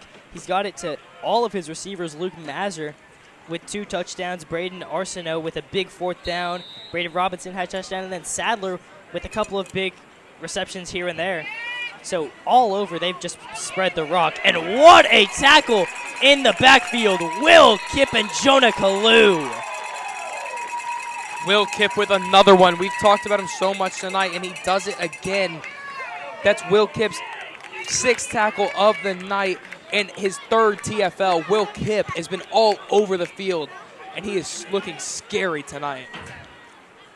Yeah, Kipp came into this game with 0 TFLs on the season, but he's been able to get those tackles just in those short yard situations, hold guys to just a few yards on each play, but he's been able to force a fumble, and he even had his first PBU of the season 2 weeks ago against Kelly. Teekman's going to fake the give. He's looking deep for his man Robinson, and it is going to be incomplete. They're going to throw a flag on Patrick Wadlington for DPI. Wow. He was holding him a little bit. I say that you just let that one go as a no call, but they're going to throw the flag on Wadlington. He got his arm around Robinson. It just makes sense. Another call that favors the Pioneers there. There could be the argument that maybe Wadlington had a slight hold there, but the ball was very uncatchable. Am I pit or So a very controversial call on Patrick Wadlington, as there was no chance Braden Robinson was getting to that, even if Wadlington wasn't holding him. But the holding was very minute. Yeah, the biggest thing to look out for, like you were saying, was was that ball uncatchable? You said it was far, and I agree. I feel like that could have gone either way. If you wanted to say it was catchable or not, they're going to throw the flag. Automatic first down for the Pioneers. in what would have been a 3rd and 12. So very unfortunate for the Eagles, but the Pioneers move on. Eagles have 4 flags for 40 yards on the night. So those are definitely penalties holding them back. Handoff is to Griffin. He goes up the gut and is met by Kalu, but he picks up 3 or 4. A great job by Griffin to be able to push Jonah Kalu a little bit. Jonah Kalu needs some help from Gio Gonzalez to finally get him down, and he'll get about 3 yards on the carry. Griffin really been a threat all night long as he's looking to extend on his rushing total here in the second half.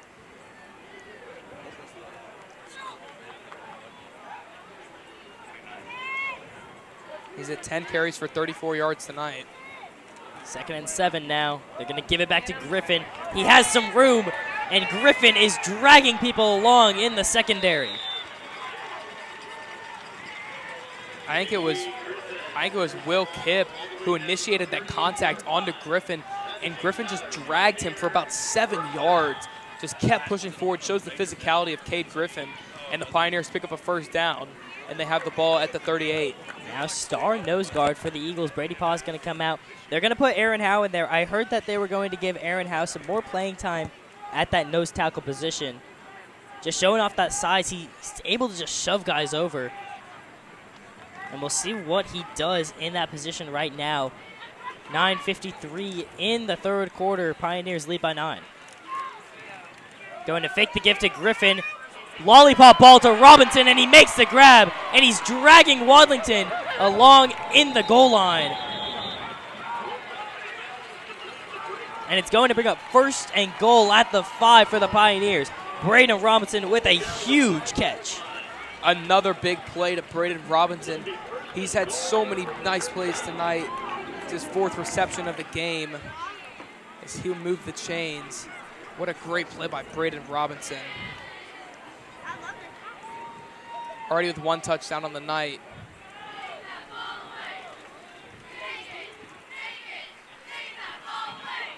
They're going to fake it to Griffin. He's got a man in the end zone, and it is caught for the touchdown. The Pioneers strike immediately. It's Luke Mazur, who now has a hat trick on the night. That's his 3rd touchdown. Another one for Mazur. He's unstoppable in these short yardage situations. Luke Mazur looks incredible tonight. The connection between him and Holt Teekman has been unstoppable. And LSA extends their lead, making this not look good at all for FBCA. 27-12, can't make it 28 right here with the extra point. And the kick by Lavergine is good. 28-12 now, Pioneers. And the Eagles need to respond quick. Down by 2 scores, 16. Yeah, it's really been the air that's worked so well for the Pioneers all night long.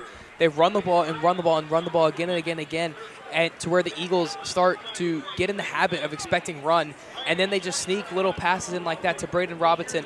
We've seen Mazur a lot with some deep catches. Arsenics as well. So really just being able to establish the running game and be able to pick up 3 or 4 every single time on those runs and then sneak in those passes has really been effective for the Pioneers tonight. And now the big thing to look out for, as we've mentioned, Eagles have had a couple of just big plays. They had 1 good touchdown drive where they just went across the length of the field. But besides that, they haven't been able to show that they can drive down the field to score a touchdown. They had the big 83-yard touchdown to T2, and then 1 touchdown drive where Tibbetts ran in himself. But besides that, FBCA has really lacked that offensive efficiency and consistency that we would like to see.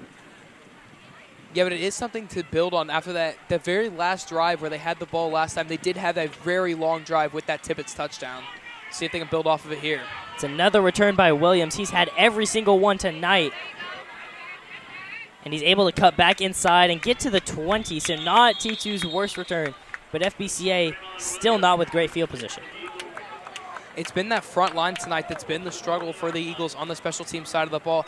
They have to be able to make these blocks to even give Williams a chance.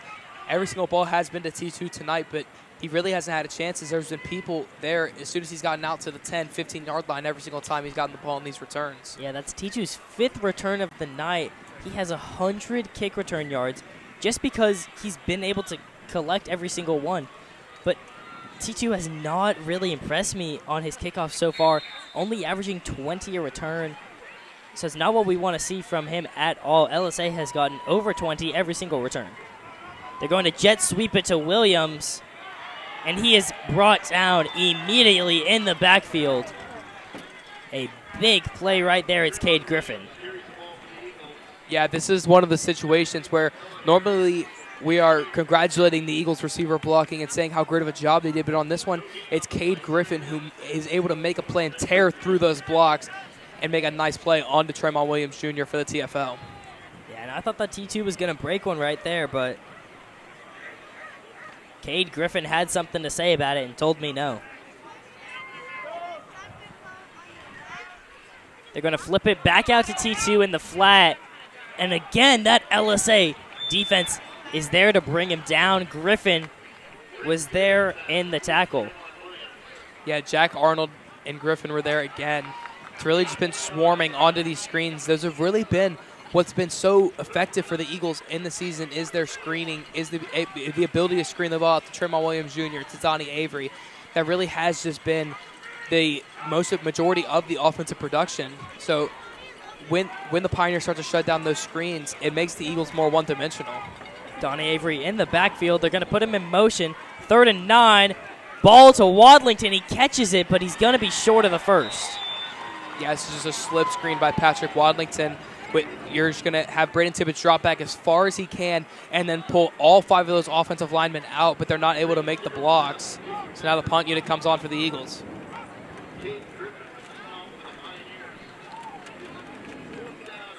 And on comes the punt unit. Eagles are down 16, so they really got to put some points on the board in a 2-score game, but both of those would have to be a touchdown with a 2-point conversion. Now let's see if Mario Gonzalez can pin the Pioneers deep. He was able to do so once, and that's what led to the Eagles scoring their next drive. Solid punt, and it will go out of bounds. So not what Gonzalez wanted. And the Pioneers will get some solid field position at their own 43. Yeah, Mario Gonzalez coming off the sideline was very unhappy with that punt. Just trying to keep that one inbounds, trying to get a good Eagle bounce to push the ball further and further into Pioneer territory. But just unfortunately, he's going to go out of bounds, and the offense will come out for the Pioneers at their own, or at the Eagle 49. Gonzalez has had a couple of those, actually. You look at it, he had that one dribbler that went all the way back to the 30, but then besides that, a bunch of ones that have just gone out of bounds and have helped the Pioneers get good field position. A good sight to see for the Pioneers. You see the left tackle, Antonio Castillo, back in the game. They're going to give it to Griffin straight up the gut, and he's met by Will Kipp after 1. Yeah, another time where we see Will Kipp flying downhill from that Mike linebacker position and making big plays. He does it again here on 1st down. Bringing up 2nd and 9.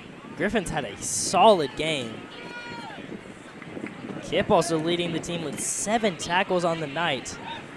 2 of those for a TFL as well. His only 2 on the season, coming into the game with 0. Robinson down to the bottom of your screen. Watch for that mismatch on BJ Martin. They're looking his way. Teekman's going to throw it, and he has Robinson, who makes another guy miss for the 1st down. Yeah, he made Gio Gonzalez and Patrick Wallington miss again. Braden Robinson just so elusive when he gets the ball in his hands. Really hard to bring down. Now Patrick Wallington's on the ground. That'd be a big loss for the Eagles. Mario Gonzalez would likely have to come into the game, and he wants to focus on his punting, especially after his poor performance tonight. Wadlington is still down. Pioneers up by 16, 6:12 remaining. We're going to send it down to Mari Davis on the sideline. So we have an alumni here, Jordan Rogers. How does it what's different from playing at Houston Christian and then Fort Bend Christian? Definitely the level of intensity. Going as players that are 23, 24, 25 years old, I'm 19, freshmen in college. Just a lot of players that are really strong, really intensified speeds, intensity. I'm going against people like Kyron Lacey, Rayola, that's at the Heisman runner-up for Nebraska. It's just a lot of just really just intensity. Because Houston Christian's different from high school. Like the high school aspect of it, everyone's kind of same age, everyone's kind of same, speed-wise. It's kind of just a fair game for everyone. But in college, it's like if you're not one of the best out of the best from high school, you're not going to play. That's one of the main differences. Okay, thank you. Back to you guys. And we are back to resume some action. It's great to hear from Jordan Rogers, FBCA alum. He was on that state championship winning team in 22. Wadlington was able to get off the field, so it's great to see him hop off. But you're going to have Parker Woolley come in and play some safety.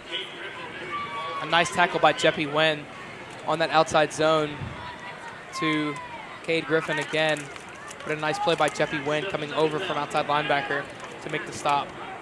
So it'll bring up 2nd down and 9. Woolley in the game as the backup safety. He's tied for the most interceptions on the team, him and Brant Probst with 2 each. Teichmann's able to complete to his receiver. Is it enough for the first down? It's going to be close. Robinson had it. They're going to say 3rd and inches, it looks like. Just a simple out route to Braden Robinson, just trying to get the ball in his hands as much as possible as they get it to him, but he's forced to go out of bounds. So 3rd down and 1, but something that definitely looks to be 4th down territory for the Pioneers. Robinson, the leading receiver, with 67 yards on the night. Mazur has the hat trick of 3 touchdowns, but he only has 56 yards as they've all been quite short. Big 3rd down and short. Teichmann intercepted, thrown straight to Nick Wallace, who's running in the opposite direction. Chased by Holt Teichmann. Wallace with the stiff arm, and he gets past the 40-yard line.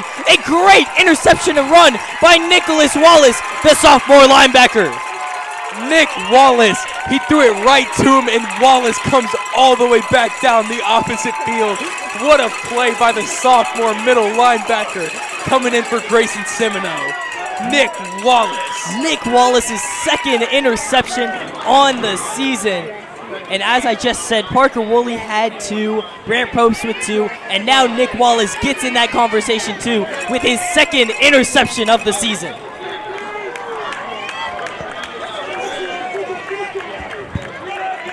And this is just what FBCA needed. Got the fans going, and they needed this type of momentum, especially on 3rd and short in the red zone. Let's see what Tibbetts can do. He throws it to Cooper in the screen. Cooper's got a block by Gonzalez, and he's able to get close to the first down.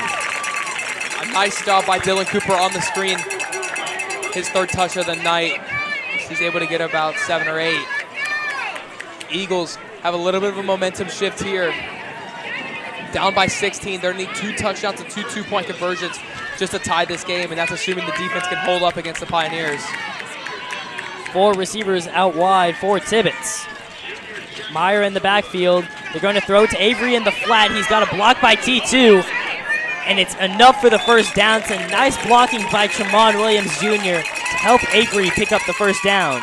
Yeah, that was a great job by T2 to get the block, but also by Donnie Avery to see that T2 has the block and be able to ride with it to pick up 5 or 6. So another first down for the Eagles as the offense is rolling right now. Now Eagles are down 16, 4:20 remaining in the 3rd quarter. Tibbetts finds Cooper once again in the flat. He's got a block by Avery. Cooper cutting back inside. Dylan Cooper into the end zone for his first touchdown as an Eagle. Dylan Cooper on the bubble screen with his first touchdown. Oh my goodness, what a block by Avery. And Cooper walks into the end zone. Touchdown Eagles as they're only down by 10. 2-point try for the Eagles. A huge try here. And that is just what FBCA needed. The big interception by Nick Wallace, and then the touchdown by Cooper. Tibbetts needs some help. He's scrambling for his life, launches to the end zone, and it's picked off, and then shortly tackled after by the man of the night, Dylan Cooper. But exactly what the Eagles needed, making it a 10-point game. And oh my goodness, do we have a ball game. Yeah, the storyline between that sequence of events. You have Nick Wallace and Dylan Cooper. Both grew up together, grew up across the street from each other. Two of my best friends. Both went to middle school together, transferred into FBCA, both as freshmen last year, and they both come up with big plays for the pick, and then Dylan Cooper with the touchdown. What a heartwarming story, but we get to see the flags fly again. FBCA back on the board, 28-18. And that was the momentum shift that the Eagles needed.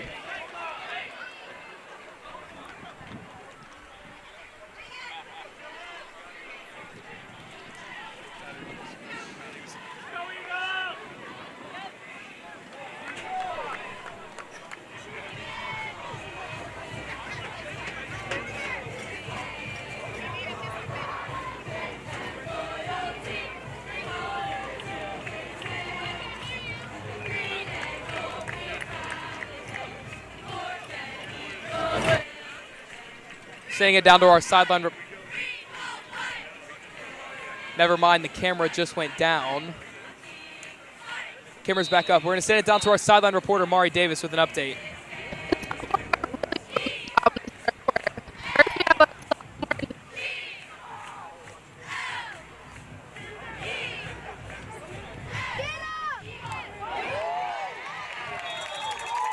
Coming back, and a big hit by Will Kipp. Oh my, the senior making his mark in this rivalry game tonight. What a hit by Will Kipp. And Will Kipp, he's a close friend of mine. We talk about how much tackles he makes on the night. Of course, the leading tackler for the Eagles, 8 tackles on the night already. And he's told me he loves playing special teams because he just gets to run and hit somebody. And hit somebody hard is exactly what he does. Will Kipp capitalizes on his opportunity just to play special teams. And he loves hitting guys. That's why he is the Mike of this team. 4:08 remaining in the third quarter, 28-18 Pioneers, but Eagles with the momentum. Teekman's going to keep it himself, and he's brought down by a whole host of Eagles. It's still a nice run by Teekman. Whistle gets blown late. He's able to pick up about 8 or 9 yards. A nice run by the QB.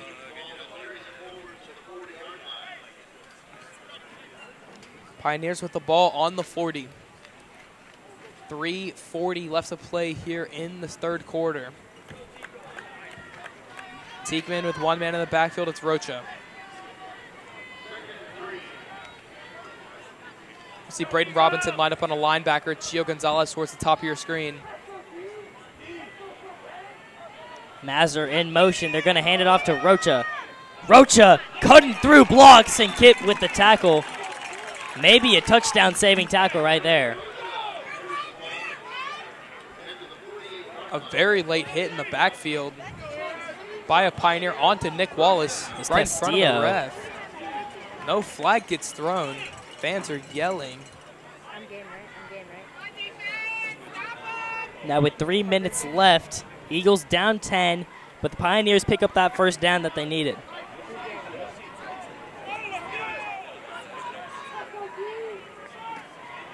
Teekman looking deep, feeling pressure. He's going to check it down, but it's dropped. He was looking for Mazur. Yeah, Luke Mazur really been the guy that Teekman's looked for a lot tonight, him and Braden Robinson, but he's unable to make the play on that big first down.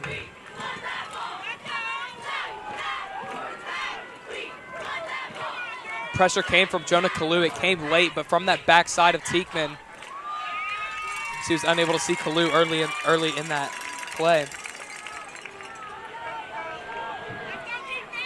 With Castillo back in the game against Kalu, it does make it tougher.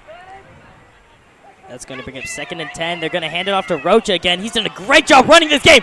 And Rocha racing. He's got Gio Gonzalez trailing, and he takes it to the end zone for the Pioneers touchdown. A huge run by Carson Rocha.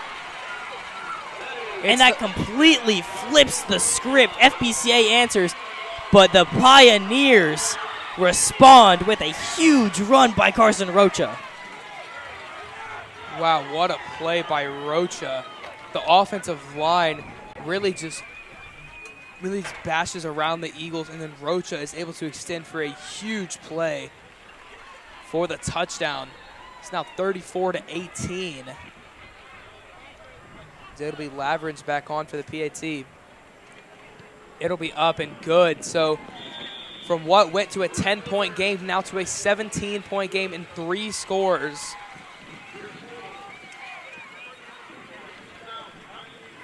Wow. Very hectic just on the change of events. The beginning of third quarter started as a very quiet defensive game. Then the Eagles get the big interception by Wallace. Then they score quickly with Cooper. And then you have that huge run by Carson Rocha. And now we've seen 2 touchdowns in less than a minute. Definitely something to say. We do have a ball game, that is for sure.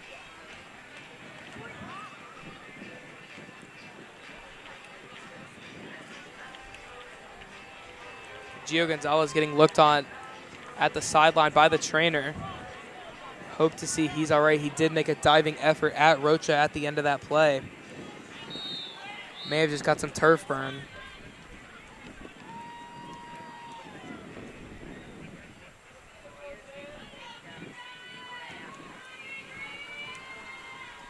And the kick is away by Laverne. T2 Williams just going to take the knee this time. And he needed that one, as the last time that he was in the end zone, he did not take the knee and took it out of the end zone. Pioneer is down. Let's see who that is. It's number 4. I think that's Bradford. Yeah, it is. Akeem Bradford. Bradford with a huge cramp. Oh, my gosh. Not good for LSA. That is a huge loss. One of the leaders on the team in tackles with 21 and 5 pass breakups. It doesn't look too bad, though. He's rolling around in pain, but normally when you see someone kind of rolling around like that, it's just a cramp. Hope for the best for him. That is just that cramp instead of something more severe. You can now see Gio Gonzalez getting looked on at the getting looked at on the sidelines. Yeah, I think he was cramping up too, coming off of there. But FBCA needs to be able to respond here. Down by 17, now a 3-score game because they didn't get the 2-point try.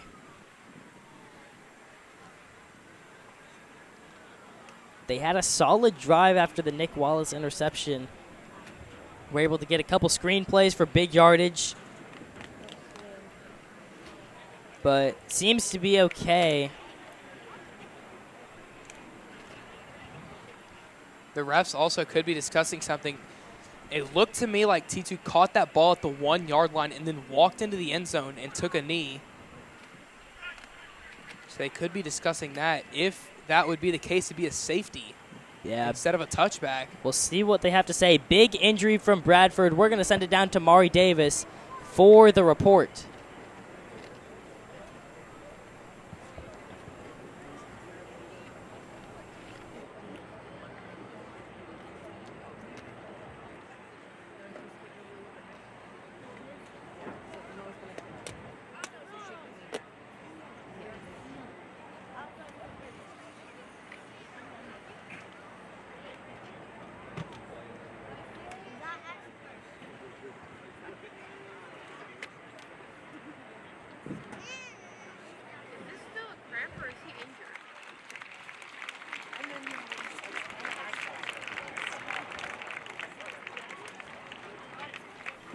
We are back. Bradford cramping up big time, and he's able to hobble off the field.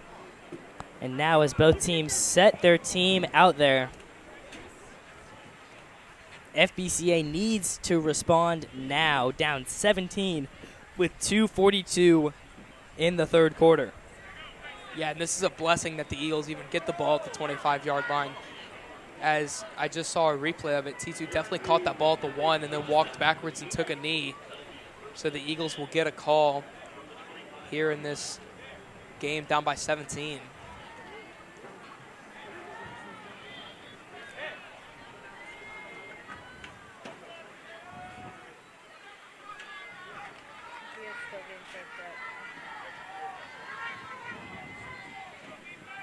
Tibbetts with Meyer in the backfield. He's going to have 4 receivers lined up, 2 each way. Dylan Cooper and T2 with the touchdown on the night. Donnie Avery has still had the majority of the receptions with 6, most of the team.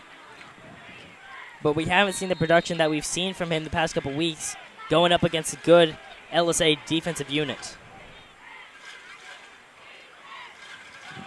They're going to throw that to T2 in the screen. He's got some blockers, and T2 almost had a full steam ahead touchdown, but a nice saving tackle there by the corner.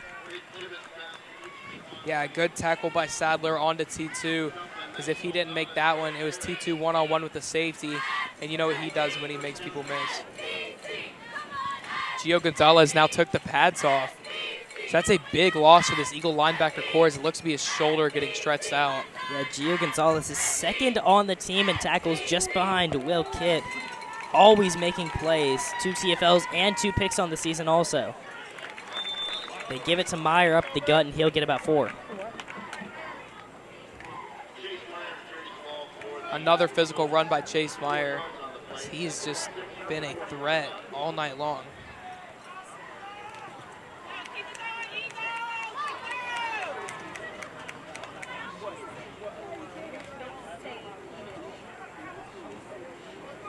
Tibbetts looking, and he has Cooper in the middle.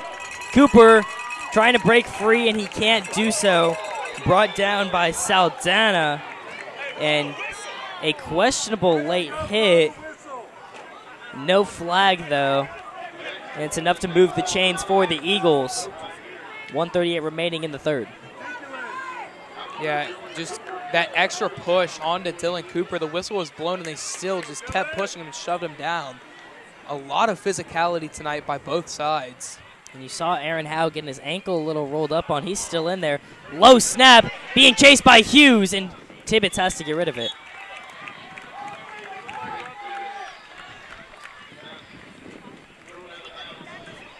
Yeah, it's big Hank Hughes again in the backfield. He's been there all night long.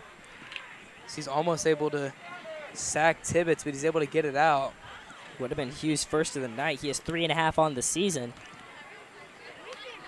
Hughes, not with a lot of sacks, but just bringing that pressure. We've seen Braden Tibbetts force to roll to his right a lot because of the pressure that Hank Hughes brings. But Holden Probst has done a great job tonight keeping Hank Hughes from being able to get those sacks.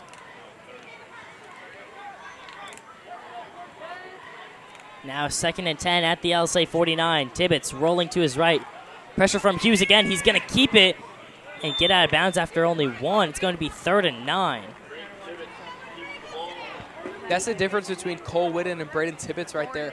What we would see out of Cole Whitten, we'd see Cole keep pushing forward and see if he can actually run somebody over.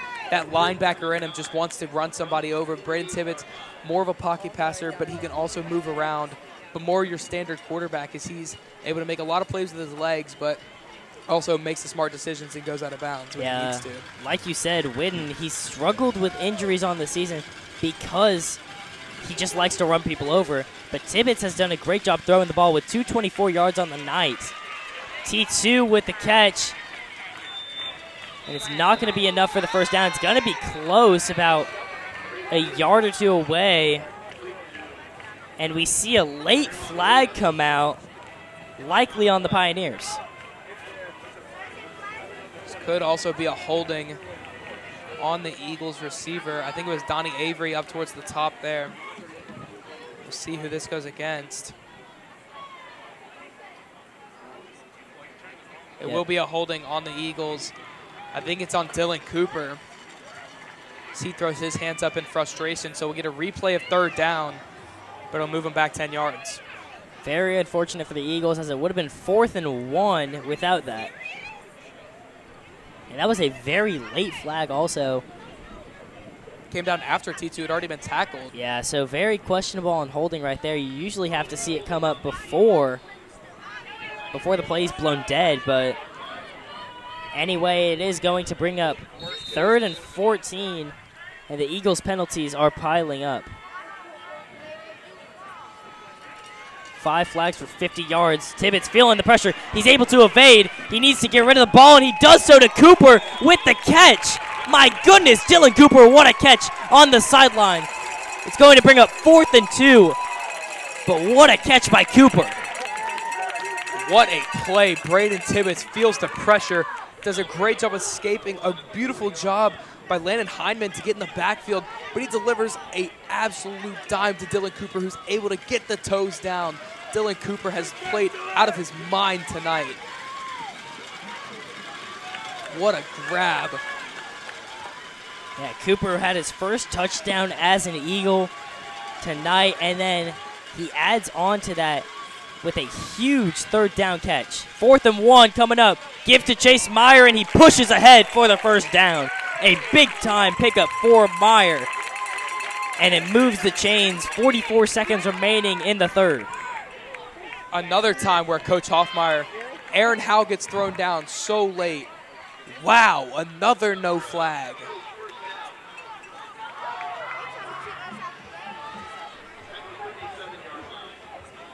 Yeah, the refs kind of just know that this game is going to be scuffle. They know that both these teams hate each other and that the rivalry runs deep here in LSA versus FBCA.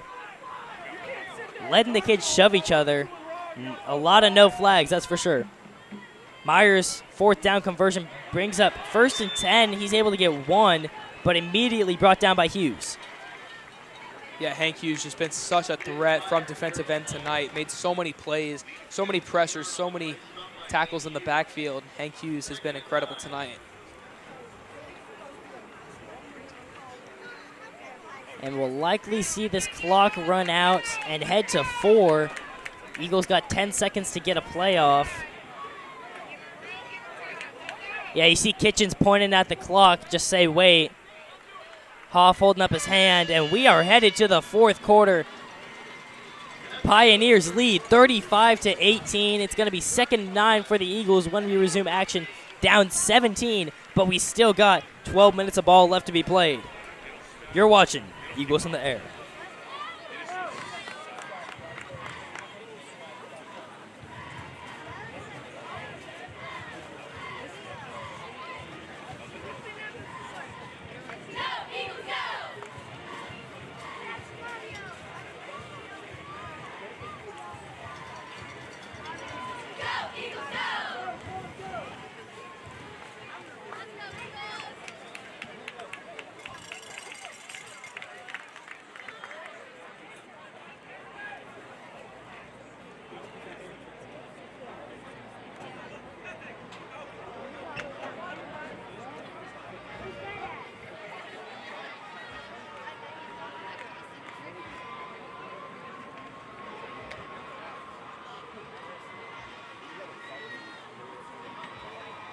Oh, looks like y'all are ready. Okay, we have the Goon Squad here. How do y'all bring the energy to every game? You know, but we all love supporting our Fort Bend Eagles, especially William Kipp. You know, we love seeing him on the field. All these players, you know, just bringing the support and love to FBCA. How it once was, and we're bringing it back. Yeah. Let's go! Get high! Yeah! Come on, Ben! Yeah! And we are back for some 4th quarter action. Love getting to see the Goon Squad, the best fans in FBCA. Eagles down 17 here as we are ready for 4. It's going to be 2nd and about 6. Eagles down by 17. It's going to have to be a very efficient offense, and then that defense is going to have to come back with some takeaways or a big 3 and out. 4 receivers out wide, trips left for the Eagles. Tibbetts looking that direction. He's lofting it deep for Avery. He's wide open, and Tibbetts overthrows Donnie Avery on what would have been a surefire touchdown if he caught him in stride. Yeah, just a little bit over the head of Donnie Avery Jr. A throw to the far side. It'll bring up 3rd down and 10. And now the Pioneer fans are getting loud. 3rd and 9.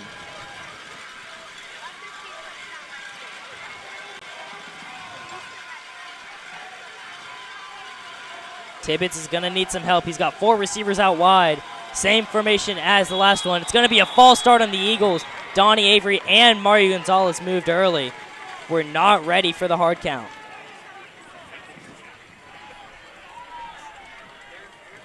And if they didn't move, it would have been an offsides as the Pioneers jumped as well. But the Eagles jumped first. So it'll back them up 5. So 3rd down and 14. Braden Tibbetts is going to have to give you his best work here. Could settle for 3. Eagles need a field goal and 2 touchdowns. If they get the ball in Mario Gonzalez's range, they could settle for it here. Big 3rd and 14 coming up. 11:54 to play in the game. It's going to be a screen play to T2. He's got to do something with it, and he maybe gets back to the original line. But the Eagles are going to have to go for this one on 4th and 9. It'd be about a 54-yarder for Gonzalez. Or about a 47-yarder for Mario Gonzalez. They're not going to attempt it. The offense will stay on. I like this call. They're down 17. Got to do something. 4th and 10 coming up. Feeling pressure. Tibbetts steps up. And he can't do anything. He's just going to run out of bounds. No chance for Braden Tibbetts at all. And LSA will get the ball after the turnover on downs.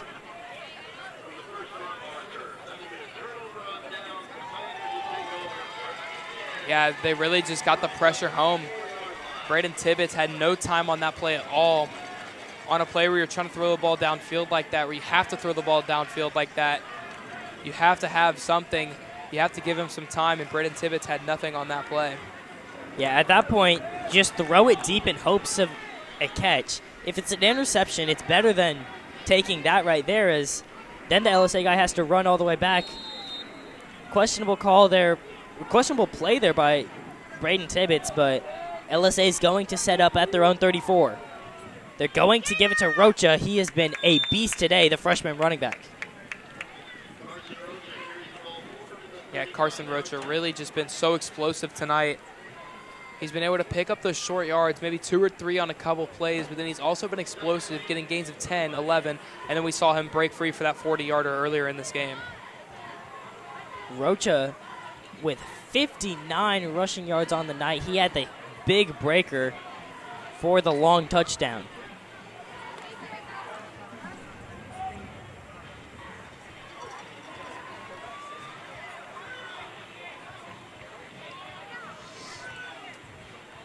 Caden Davis now in the game at corner. Teekman looking at the screen. He's got Robinson. Robinson makes a guy miss before he's brought down by Wallace after 20 yards. Another big play by Braden Robinson. He catches it on the screen, and he's still able to pick up 20 yards. A big play by Braden Robinson and some nice receiver blocking on the outside to help him out. And that just shows the dominance that we have seen from Robinson. He has been amazing. They just throw it to him in the flat or just give him a quick slant or screen, and Robinson makes some guys miss, and he's just great at breaking tackles, getting into open field, and creating plays. It's going to be another handoff to Rocha. Wadlington in the backfield along with Jeppy Wynn. Yeah, another big play by the junior Jeppy Wynn. He's able to make a big play onto Carson Rocha to be able to move the Pioneers behind the chains. Excuse me. See, he'll go for no loss. So it'll be 2nd down and 10 for the Pioneers. Haven't seen much of Cade Griffin here in the second half at running back. He's been getting his reps in at defensive end. Haven't seen him much on the offensive side of the ball here in the second half.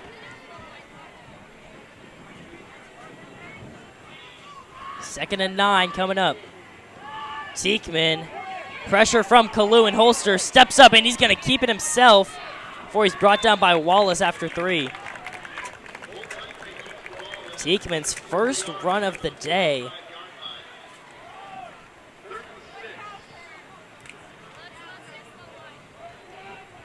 Another big play by Nick Wallace, we saw him with the interception earlier, and then with 3 tackles here on this drive. Now 3rd and 6.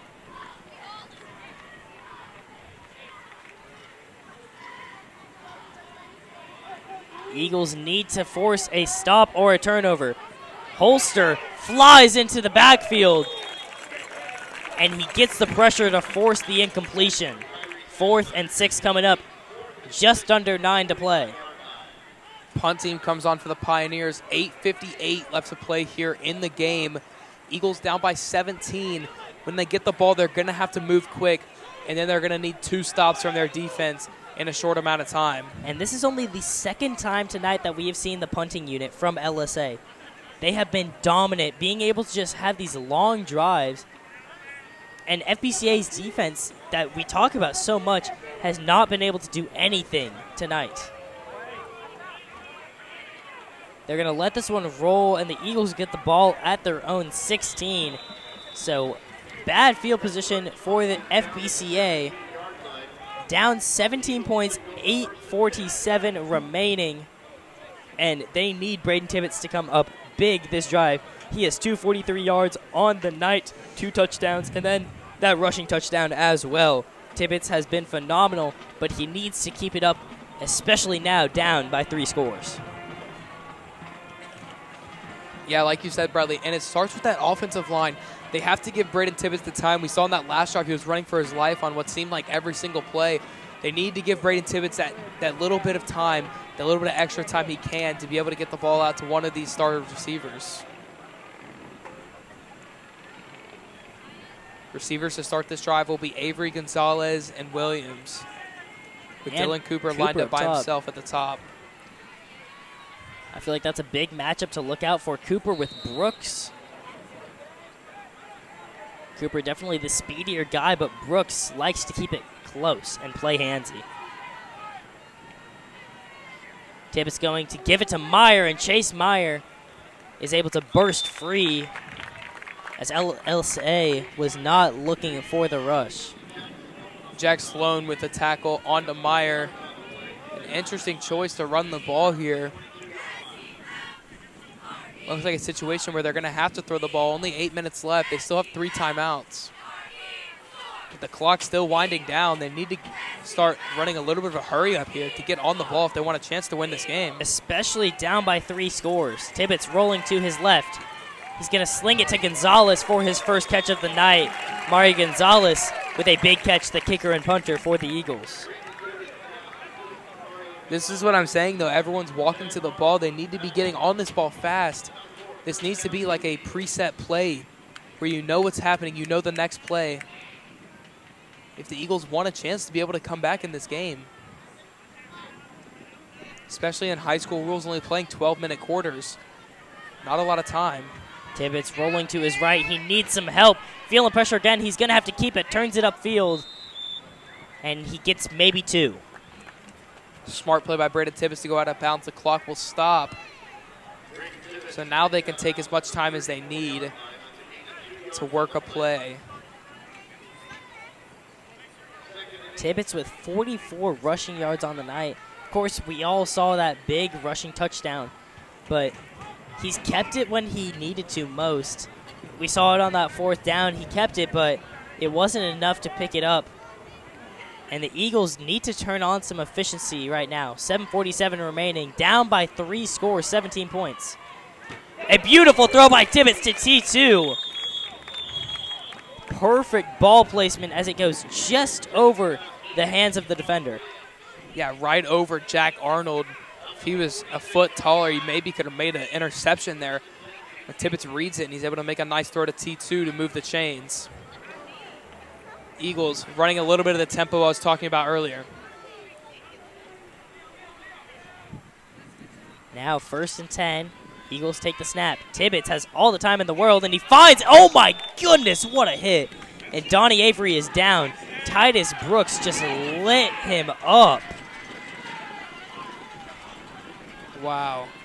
Another big hit onto Donnie Avery. He said he's okay, waving off Parker Woolley, and they're going to sub him out of the game. Wow, what a hit by Titus Brooks. As every single person here in the Eagles section stood up looking for a targeting foul, as that was straight helmet to helmet from Brooks. Just an absolute great hit by Brooks. 7:17 remaining in the game. 2nd and 10 for FBCA at their own 46. Tibbetts going deep. Not even close to T2, and it's going to be picked off. I don't know about that throw by Tibbetts, but picked off by Noah Harris. And he gets absolutely destroyed on the sideline by T2. Yeah, it looked like when T2 saw that ball was overthrown, he realized he had no chance for it, and Brooks was able to run under it.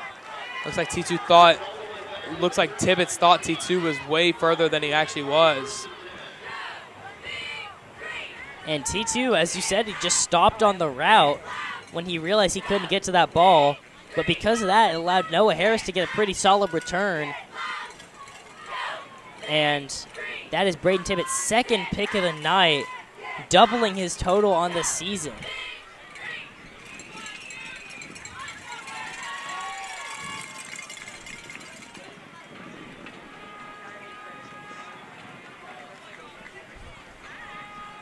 One bad ball from Tibbetts, and LSA is in the driver's seat.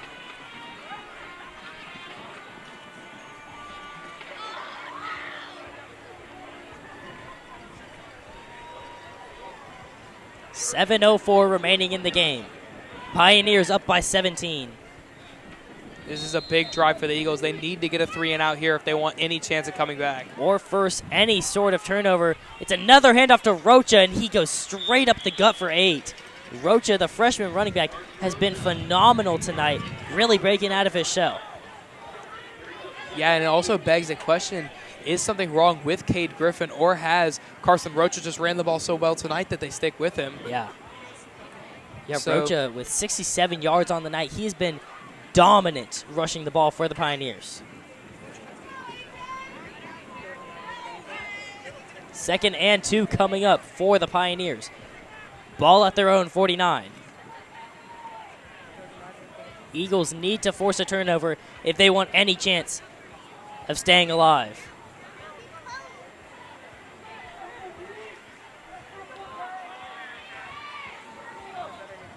It's another handoff to Rocha, and he's able to pick up the first down, dragging along Trace Holster, and that's a feat on its own. Yeah, another run by Rocha. He's really been the workhorse. We're going to see him a lot on this drive, just trying to chew clock. 6 minutes, 7 seconds left here to play in the fourth quarter.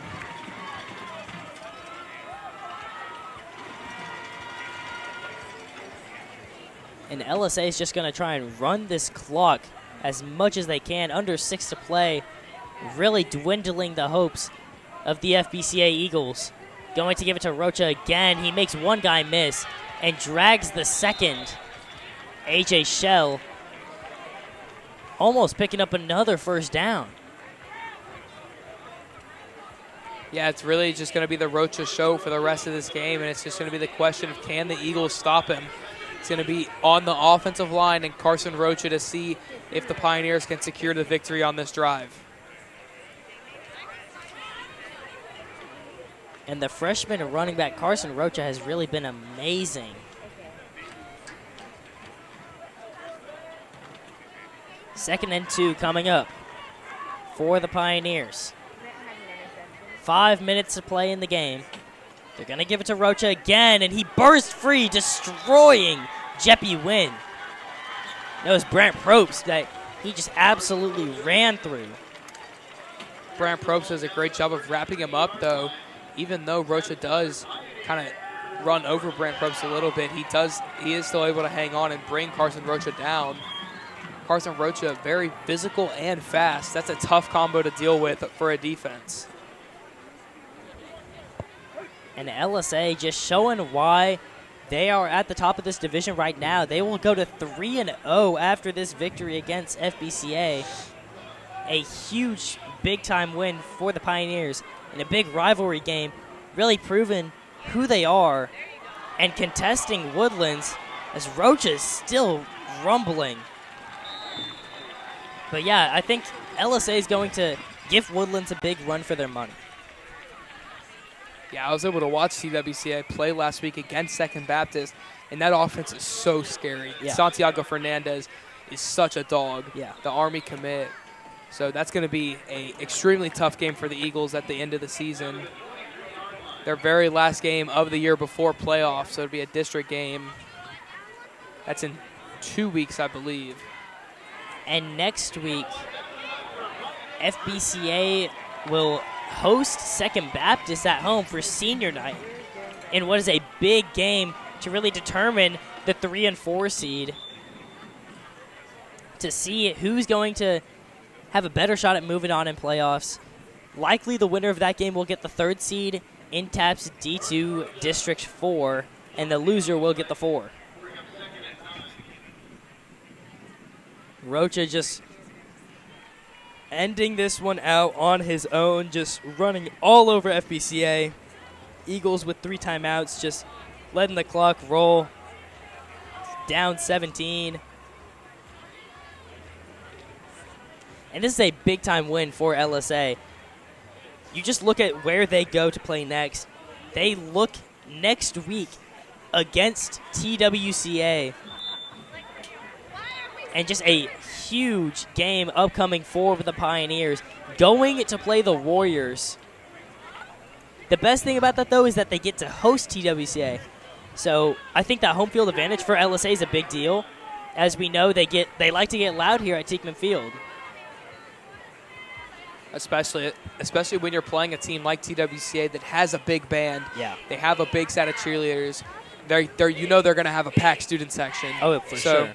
Especially staying at home is a big advantage, especially against the Woodlands. Eagles will have the tall task of facing them on the road on that last game. Yep. Teichman too far in front of Robinson. There is a flag, though. Looks like it's going to be a hold. I think that's on number 72, Brad Whitehead. It is on the Pioneers. It'll back them up 10. That'll bring up 3rd and 17.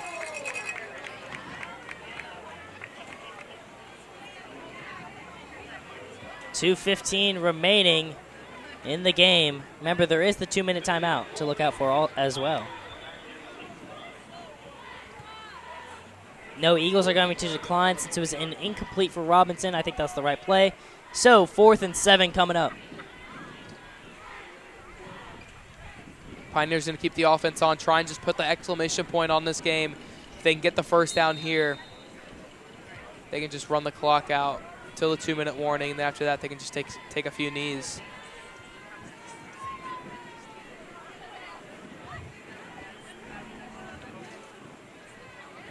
Teichman and Rocha kind of just talking through the play. Teichman going to the end zone. Almost picked off by Wadlington, in and out of his hands, but it will give the Eagles better field position, the fact that he dropped it, but you know Wadlington's definitely is a little upset about that one. And now let's see what Coach Hoff can do. We know that FBCA is going to lose this game, but can we see that last effort fight in the Eagles to try and just prove something of this offense that has looked so lackluster today, surprisingly? Coming off a bye, we kind of expected FBCA to be able to hang in with the Pioneers so close. And now Kip and Wadlington down on the sideline getting some attention. Two of the seniors for the Eagles. The offense of the Pioneers tonight has just been so explosive. They've been so great through the air all night long that the Eagles really have had no chance. There, the seniors getting some work done. Looks like just cramping on both ends. A long game. Down by 17. Tibbetts feeling pressure, and he's going to take the sack. It's number 33, Cade Griffin, the big linebacker. Like I said, we haven't seen Griffin in a long time on the offensive side of the ball, and he comes back on defense and makes the sack onto Braden Tibbetts, and that will bring us to the 2-minute warning. We'll be back after this short break. You're watching Eagles on the Air.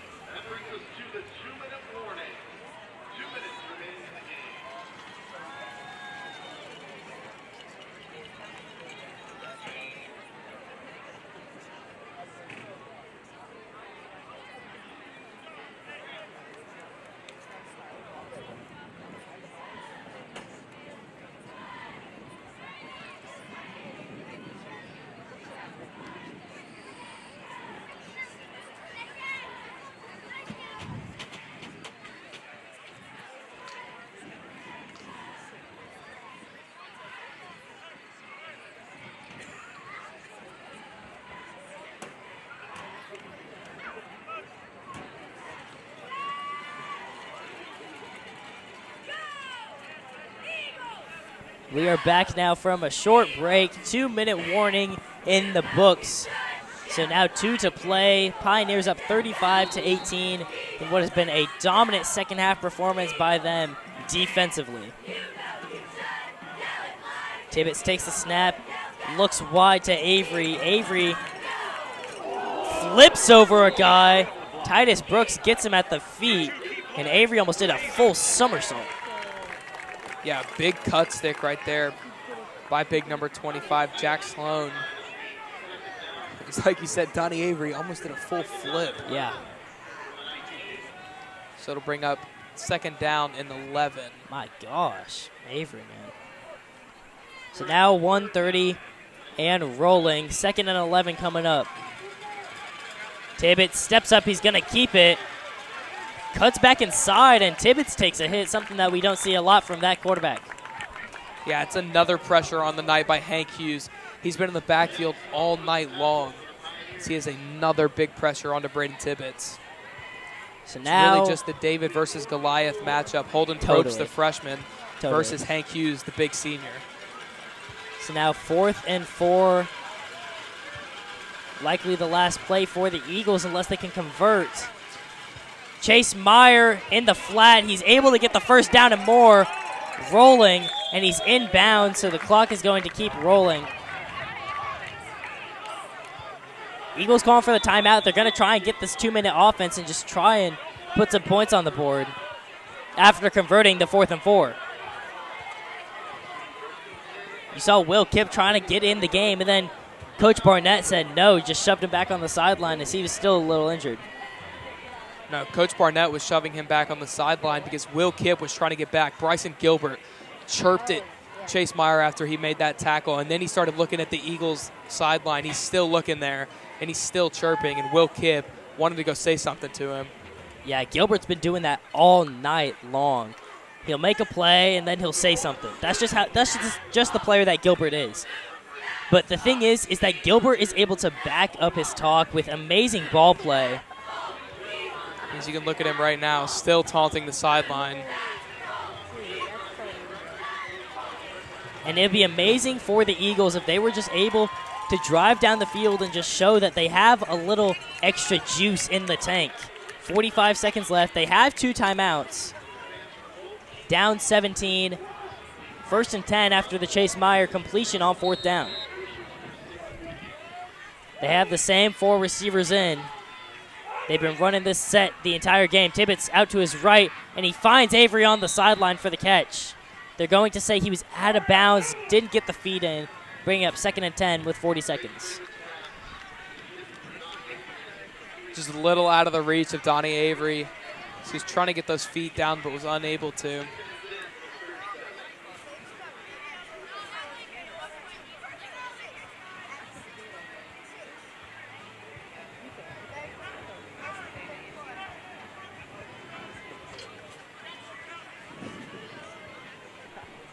So now 2nd and 10, 4 receivers out wide, 40 seconds remaining in the game.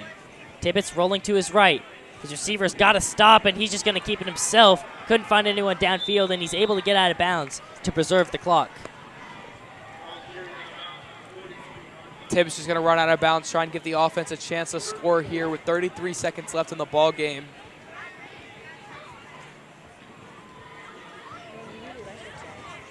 Offense trying to make one last mark here at Teichman Field before the season ends. Big game on the ground for Tibbetts, a season high on the ground for Tibbetts with 56 rushing yards on the night. 33 seconds remaining, 3rd and 4. Tibbetts now to the left, finds Cooper. Cooper trying to make Gilbert miss, and he can't do so, and he's shoved out of bounds. Will Kipp talking to Gilbert as he walks back on the field. Yeah, it's just been that constant jawing. Like we've talked about, this rivalry game. They want to talk. They want to be physical. And tonight, the Pioneers backed it up more than the Eagles. Clock rolling, and it looks like the Eagles are going to let it keep going. 13 seconds remaining. And a false start for FBCA. Donnie Avery A little too jumpy. This one's going to get pushed back 5 with 7 seconds left. And it was a great effort by the Eagles. We definitely saw the offensive potential that they had. The big play to T2 we saw. And then some nice play by Nick Wallace on the big interception. Dylan Cooper on the touchdown, his first of the season. But LSA showed up and showed out better than the Eagles did tonight, dropping 35 on a great defense. FBCA goes on to face Second Baptist in senior night next week. They're just going to run this one with Chase Meyer, and that will be the ball game. LSA takes this one 35-18 in a game that they really just proved who they are. And they have a statement game. I feel like this was a statement game on its own. Absolutely. A big win on rivalry night, but probably their most difficult matchup of the season coming up against the Woodlands Christian. So we'll see what the Pioneers got in store for them. FBCA, on the other hand, drops to 3-5, their first district loss, looking to bounce back against a 1-6 Second Baptist team on senior night. Once again, I'm Bradley Hanna, here joined with Rhett Terrell, and we had an amazing game out here in Tieckman Field. You're watching Eagles on the Air.